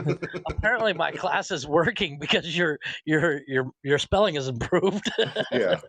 Well, much like currently, I work at Pest Control, and the other day I was at a customer's house who turned out to be one of my oldest daughter. It was one of her teachers. Now, mind you, the principal of her school, I graduated with. And he doesn't like me because I broke his nose. Well, he does. It's not that he doesn't like me. He's just afraid of me. Yeah. So she gets away with more than she probably should. But yeah, I was at one of her teachers' houses the other day, and he was like, "Your name sounds familiar," and I was like, "Oh, well, my family's from here, blah blah blah," and I was like, "My daughter's sophomore." And he's like, "Oh yeah, so and so," and I was like, "Yeah, that's my daughter." And I was like, "How's she doing?" And he's like, "Well," and I'm like, "No, seriously, how's she doing?" He's like, "Oh no, she's doing really good." I was like, "Okay, well, if she's not, let me know. Don't bullshit me because obviously I'm here for a reason." Yeah, I'm here for a reason, and if you don't tell me right, if you're not straight with me, then the reason that I'm here for probably gonna consist. No, I'm always level with the parents and tell them like, your kid just doesn't care. Your kid's an idiot. Yeah. I would much rather have the teacher tell me, "Hey, your kid's a fucking dummy." Yeah. I totally get that. Shit. Well, I literally look at fellas, my kid's teacher, and go, "Tell me something I don't know." Yeah. Speaking of that, fellas, I need to get going. I have conferences tomorrow, and then a pickleball dinner, which is for another time. But I gotta. Well, we're gonna have to bring that up again. We're gonna have to Rob on here again for the pickleball dinner. Well, it's at the Pickleball Country Club. Oh, okay. Oh, fancy! Oh, yes. Yeah. We all wipe our asses Rob with and his rich stuff. Bills, yeah. But it has been fun. Rob and all his rich friends. Thank you for having me on here again. Thanks for plugging my stuff. Definitely. Yeah, I appreciate you. We appreciate you coming on here. You definitely stayed a lot longer than I thought you would, which is fine because much like the last guest we had was on, here for like 3 hours. In all honesty, yeah, we only planned on Rocky being on here for about a half hour, maybe 45 minutes, and he wound up staying on for the whole show. So we actually encourage that. If you guys are having fun and hanging out with us and everything like that, for sure. Rob, go ahead and throw out all your social media and where we can find all stuff. Twitter, TikTok, and Instagram is at Rob Durham Comedy. Thank you, Anthony. Facebook, just Rob Durham. I've got like a author comedian page and then just my regular page. And then Amazon, you can find Don't Wear Shorts on Stage, Don't Do Shots with Strangers, Around the Block, the other books. Go ahead. Dreaming the Chase and Chasing Back. Just a 2-part series. I don't recommend them. And then 10.5 Shades of Blue. coming this spring, hopefully coming early this spring, Somebody Else's Sky, which will be my best. There you go. I've been working on this for 3 years. Like I said, we are kind of scattered out. Jeff's in Mexico. You're in St. Louis. I'm in Ohio. But believe it or not, we do have listeners in a little pat on our own backs. We do have listeners in 8 different countries. Well, cool. So, if you got any upcoming gigs or anything like that you want to throw out there, somebody in the area might hear about it. I'll be in O'Fallon, Illinois on either Friday or Saturday. My schedule's on robdurhamcomedy.com. I think I've updated it. There you go. Go to his website and you'll find his schedule. I'm up near Troy, Missouri Friday nights, I believe. So there you go. And Rob's doing big things. When Rob's one more name drop, Michael Ian Black. I'm trying to get the week No. with him at the St. Charles Funny Bone when that opens in early November. So, oh, nice. Well, good. Yeah, just follow Good me. luck on that. Hopefully, you get that. Yeah. Just go give him a follow. Go give him a thumbing. He went to high school with Jeff. He likes the double thumbing. I do not get down. I haven't been to North Carolina since 2008. I want to say. Sorry. I'll try. Well, it's only a matter of time before Rob's going all over the country, and he's super famous thanks to Nonsensical Waiting on the Nonsense. Netflix special. He'll be on Netflix, and he'll say, "This one time, I might have dipped into way too much Mexican. I had way too much tequila, and may or may not have smoked some crack and did nonsensical nonsense." All right, but no, we appreciate you coming on, Rob. Yeah. And all right, thanks a lot, guys. I'll see you. Take care. You're welcome down here anytime, brother. Have a good one, man. Bye. Have fun. But that was Rob Durham, ladies and gentlemen. Rob Durham, guys. Go give him a follow. Go give him a like. Go check him out. Really cool dude. That was actually a lot of fun. I didn't know what to expect from it. I was slightly concerned because as I stated, Rob is a very conservative guy, and we are. Well, not. we know how to play the crowd. Well, much like Rob. Yeah, much like Rob said. Like Jeff said, thank you, Rob. Thanks for coming on the show. Thanks for hanging out with us. You were definitely on here a lot longer than either of us expected. Jeff, good job on the grab on the guest. Gold star for you, Bubba. my next. I'm gonna get Matt on here from Blacktop Mojo. I promise. I don't know how, but I'll do it. Well, you're working on it. I'm working. We're both working on that. Sit there. Sit in front of that phone. You sit there and you shut up. You be on the show. No? Oh, okay. No, but that was good. I enjoyed having Rob on here. He seems like a legit good dude. I thought it was a nice little change from the filth that more normally comes out of our mouths. Yeah, from there. Well, much like Rob said, as a comedian, you have to learn to adapt and feel the room. And I think that you and I both did a good job of, doing that same thing. Yeah, and we behaved, which I was kind of shocked at. Yeah, we behaved a little bit. I dropped a couple F-bombs. Yeah, I did too. But I was trying to get Rob to drop a couple, but he just wouldn't do it. he like as I stated, he's a very conservative guy, real nice sweetheart of a guy, but I couldn't get him to cuss to save my life. Yeah, no, he absolutely he comes across as a very nice guy, a really good dude. I wish nothing for the best of him. Much like I said for Rocky, and I've said a million times for Blacktop Mojo. If we can help anybody, we can stay lowly little nobodies, and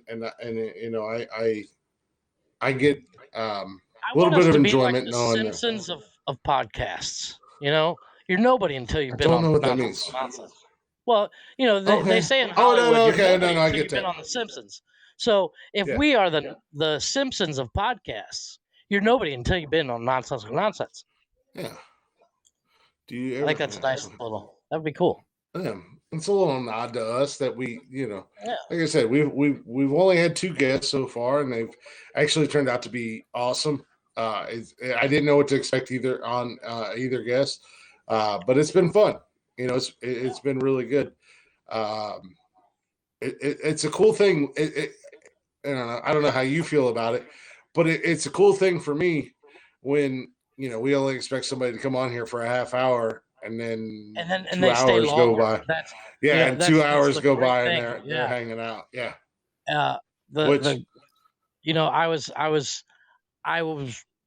I won't lie. I was a bit fearful that Rob was like, all right, I'm late for anything a lot earlier. Yeah. Because we do tend to rant about other shit. and Yeah. we were very good about staying on point. I found that very impressive of us. We did go off a few times, but Rob was right there with us, so it was great. Yeah, he was right there with us.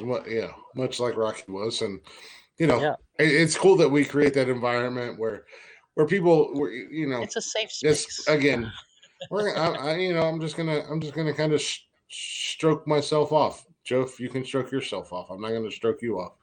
But I'm about to throw this fucking it's thing cool that across we the room. can. Why do you have a vape? Well, I don't know if I told you, my wife, one of her clients, he's from Germany, and Mhm.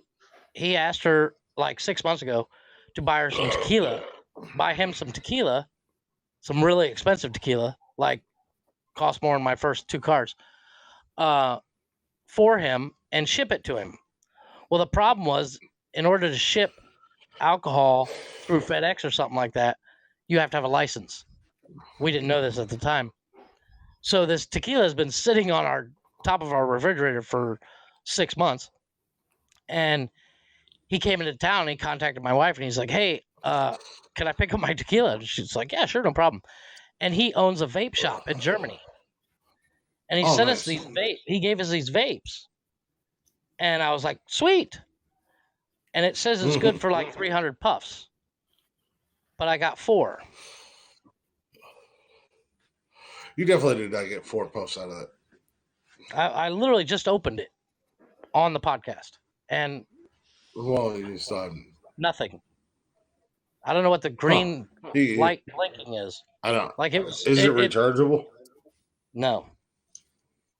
No, No, a bad one. It happens every once in a while. Yeah, they're throwaways. So yeah, kind of pissed. But no, what I was gonna say before you went on that whole vape tangent, yeah, is that it's cool that we can, we've only had a couple guests on here, but they feel comfortable enough to just kind of hang out and stay and bullshit around with us. So yeah, that's kind of a little nod, a little tip in our cap here. So anybody that wants to be a guest, if you want to promote something or be a guest, email us at nonsensicalnonsensepodcast@gmail.com, because I kind of like having guests. It's kind of fun. Oh yeah, guests are cool. I mean, while you're emailing us, go ahead and check out the social media at Nonsensical Nonsense, Facebook, Instagram, Twitter, TikTok, Twitch, YouTube, everywhere. So yeah, and if you want to get every episode, you can find every episode on Spotify, Anchor, Google Play, Apple Podcasts, basically anywhere you get your podcasts at. You can get Nonsensical Nonsense. So all you gotta do is just search it. Just search it. Just search Nonsensical Nonsense. Just tell your Google Assistant, give me Nonsensical Nonsense. Or Siri, say, "Hey Siri, you dirty whore." But no, I mean it was cool having them on, and I told Pops Friday night we went out for my birthday, and right. Pops was there, and Joe was there, and my baby sister was there, my nieces were there, and Summer surprised me. My best friend Kevin, right? No, my baby sister, the youngest one. My best friend Kevin and his wife were there, which that was the biggest surprise of all. I was talking to my sister and my nieces or something, and Summer was like, "Hey," and she pointed behind me, and Kevin and TJ. And now, mind you, Kevin and TJ literally live around the corner from me, but they showed up, and I was just like, "Oh my god!" And so that was really cool. But actually, I was talking to Kevin. More speaking of, as we asked Rob about taking that first step. Right. I was talking to Kevin about doing the sports podcast, not necessarily with me. To start, I would be on the sports podcast, but I have another guy in mind where it would be him and Kevin to create that umbrella. Because I've told you, and I've said it in the past, my ultimate goal with this is to create a network of podcasts. What the fuck podcast network? No, nonsensical, whatever the hell it is. Something. The Nonsensical Network, whatever the hell it turns out to be. Yeah. Yeah. I was actually talking to Brad Bowden last night about KT Cam's Garage. I think we're shooting for December because like I said, I'm gonna do like a different guest each week, and that way it's not like the hardest part about explaining to somebody, hey, I want you to be able to do a podcast with me, is you have to throw in the side note of you need to make sure you show up every fucking week. Yeah. Well, and that's actually speaking of that, I was kind of thinking, and I'm gonna kind of just throw this at him. Sunday morning, maybe going over, because Kevin does. We do garage football, right, at Kevin's house, and I'm actually thinking about going over there a little bit early Sunday and taking the laptop and taking the microphone and do it live. Yeah, and just put him on the spot and see how it goes. Right, like a test. Yeah, and see how he likes it. But yeah, I'd like to get it rocking and rolling and everything like that. But like Rob said, when you're in your early 20s and stuff, you got all these dreams and aspirations and stuff like that. But then you find reasons and excuses to put it off. Right. And now I've reached an age, much like you've reached an age, where it's like it's at the end of the day, it's now or never. Yeah, it's at the end of the day, it's now or it's now or never. So, which is where we're at. Which is kind of where we're at with this. This is I feel like this is the start of something big. Well, yeah, I mean, as much as my wife shits on podcast days, she hates podcast day because it's late at night. She likes me to rub her back or whatever and stuff, and she usually falls asleep during the podcast. And I was like, and I mentioned I want to start the second one, and she's like, "What are you fucking nuts?" But the one thing she says is, if you're gonna do it right. Because I was literally ready to start like 2 weeks ago, and I'm glad I didn't, because I would have literally had like one guest 4 times in a row already. So, I'm laying the footwork that needs done down to, like I said, I want to start it either late December or early January. Yeah. But I definitely. I don't know. There's something about doing podcasts that's just, as Rob said, it's as we were saying when Rob was on here, it's like it's the ultimate high, and nothing I've ever done has got me as excited as in I want to do this all the time, and as we've just stated, doing this podcast all the time, like 5, 6, 7 days a week, would be monotonously boring. Where twice a week or even 3 times a week, we're able to keep it fresh and bring in new stuff and pick up new guests, but still have that time off to refresh for the next show. Where, because it's 90% of the time it's just you and me. Where, Joe Rogan, he does his podcast every single day, but he's always got somebody different, and that takes a lot of prep. Yeah, but he's also hugely popular. I mean, well, yeah, he's got a team behind him to do that shit. I mean, at the end of the day, if we could bring guests on here every Wednesday and Saturday night, and what are you talking about? Still do our normal stuff and have them hang out with us and whatnot, that'd be so cool, because that's, as much as I don't like Joe Rogan, but that's what he does. He still does his normal normal routine. Yeah. Yeah, I know. I realize you know you're not a huge fan, but he's tapped into a market, or not necessarily a market, but a routine that works for him. Where the way we do the podcast and having guests on once in a while, I love the way it's working. Booking new guests is going to get harder, I think, because I ran out of people that I know. You know, Well, it's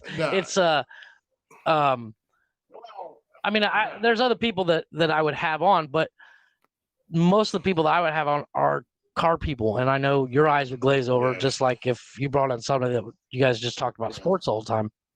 So it's like, yeah. Well, and that's the thing. Like I know a lot of people that do comedy,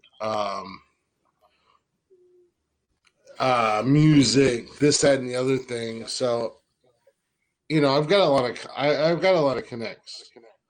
Yeah. So. Oh my goodness. So yeah, I could definitely. But well, you know, we'll venture down that road. Yeah, I mean, the nice thing about having guests is it's a nice change up from the normal routine.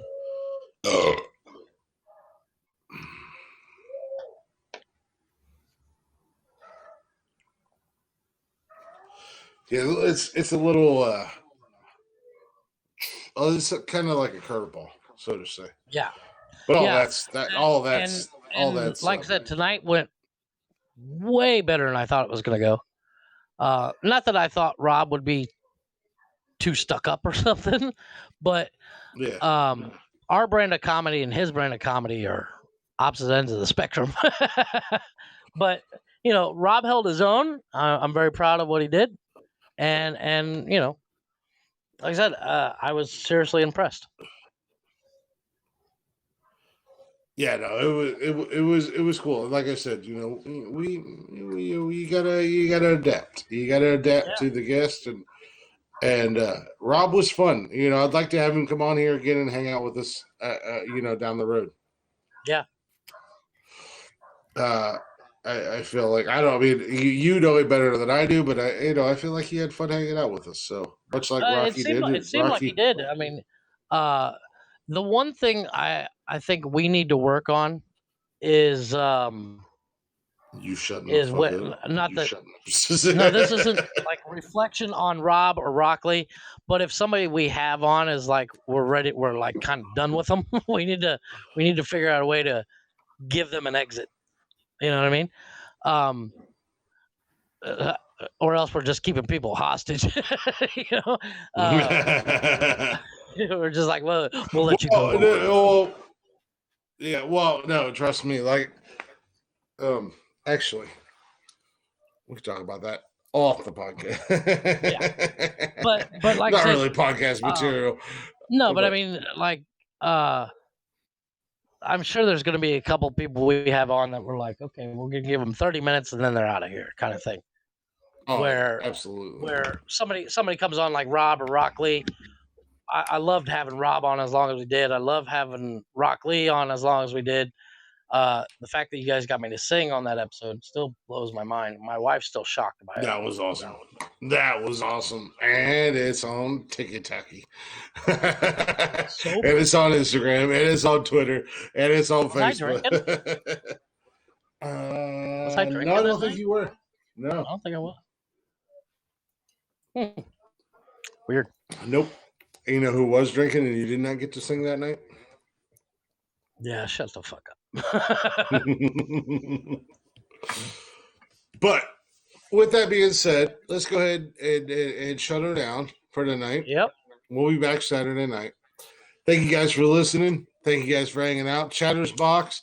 Thank you guys. You guys were awesome. You guys were getting involved. You had some questions for Rob. You were hanging out. I do apologize that not as much attention was paid to you guys as normal, but I was trying to when I could sneak in there, I You're was trying still to be trying to sneak in professional. there and get to you. Yeah, I was trying to get in there with you guys.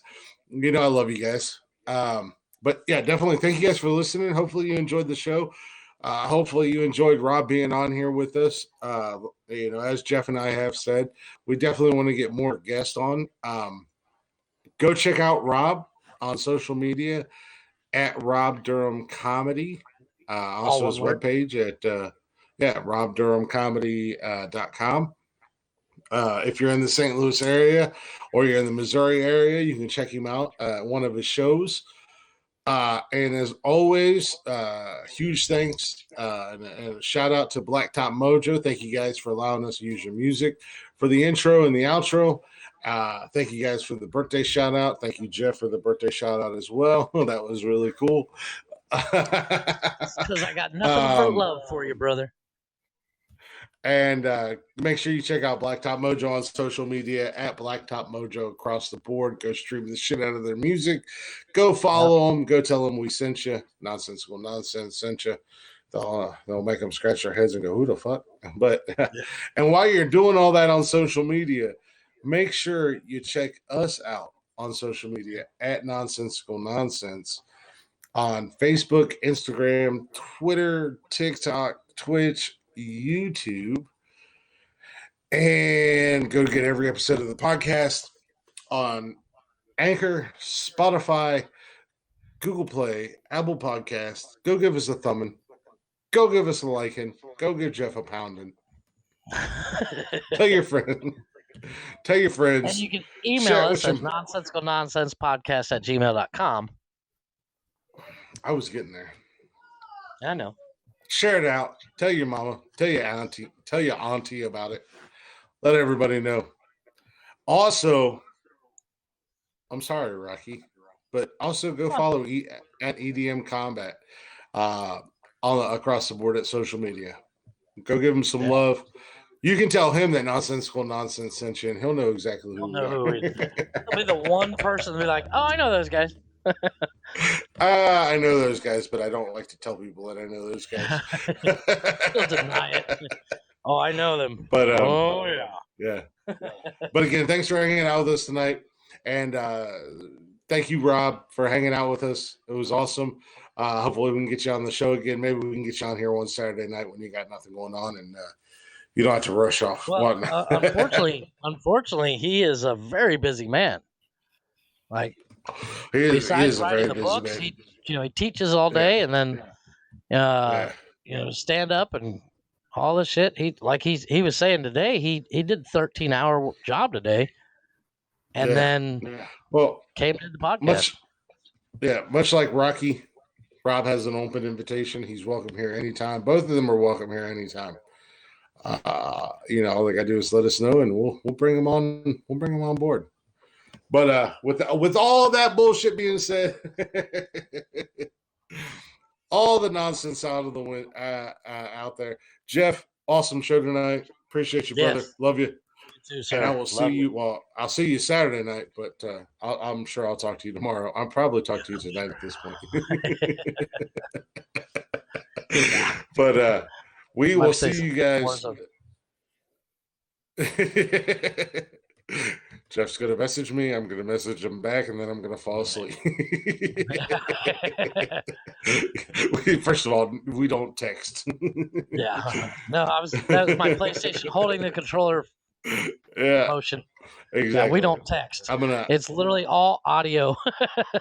It's all video, all audio chat, whatever. I'm going to go throw a scary movie on and pass the fuck out. But yeah. We are out of here. Love you, brother. I will see you Saturday night. Sir. Deuces. Hit him with it. There it is. Enjoy some Blacktop Mojo. Blacktop Mojo coming up. Cameras go down. I've got this shit figured out. 20 minutes.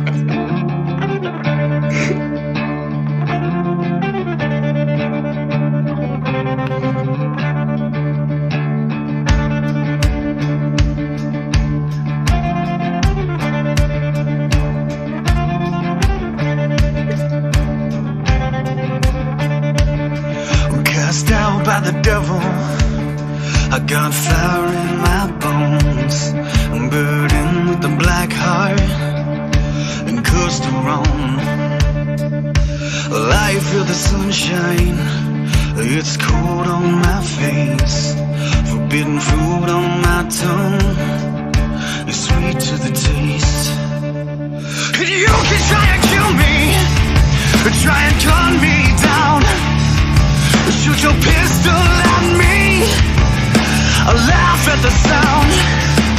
And as I walk through the valley of the shadow of death, I'll come out of the valley with that shadow fast breath. And when St. Pete comes to call, there'll be no fear in my eyes. Let the reaper come find me, there'll be trouble on the rise.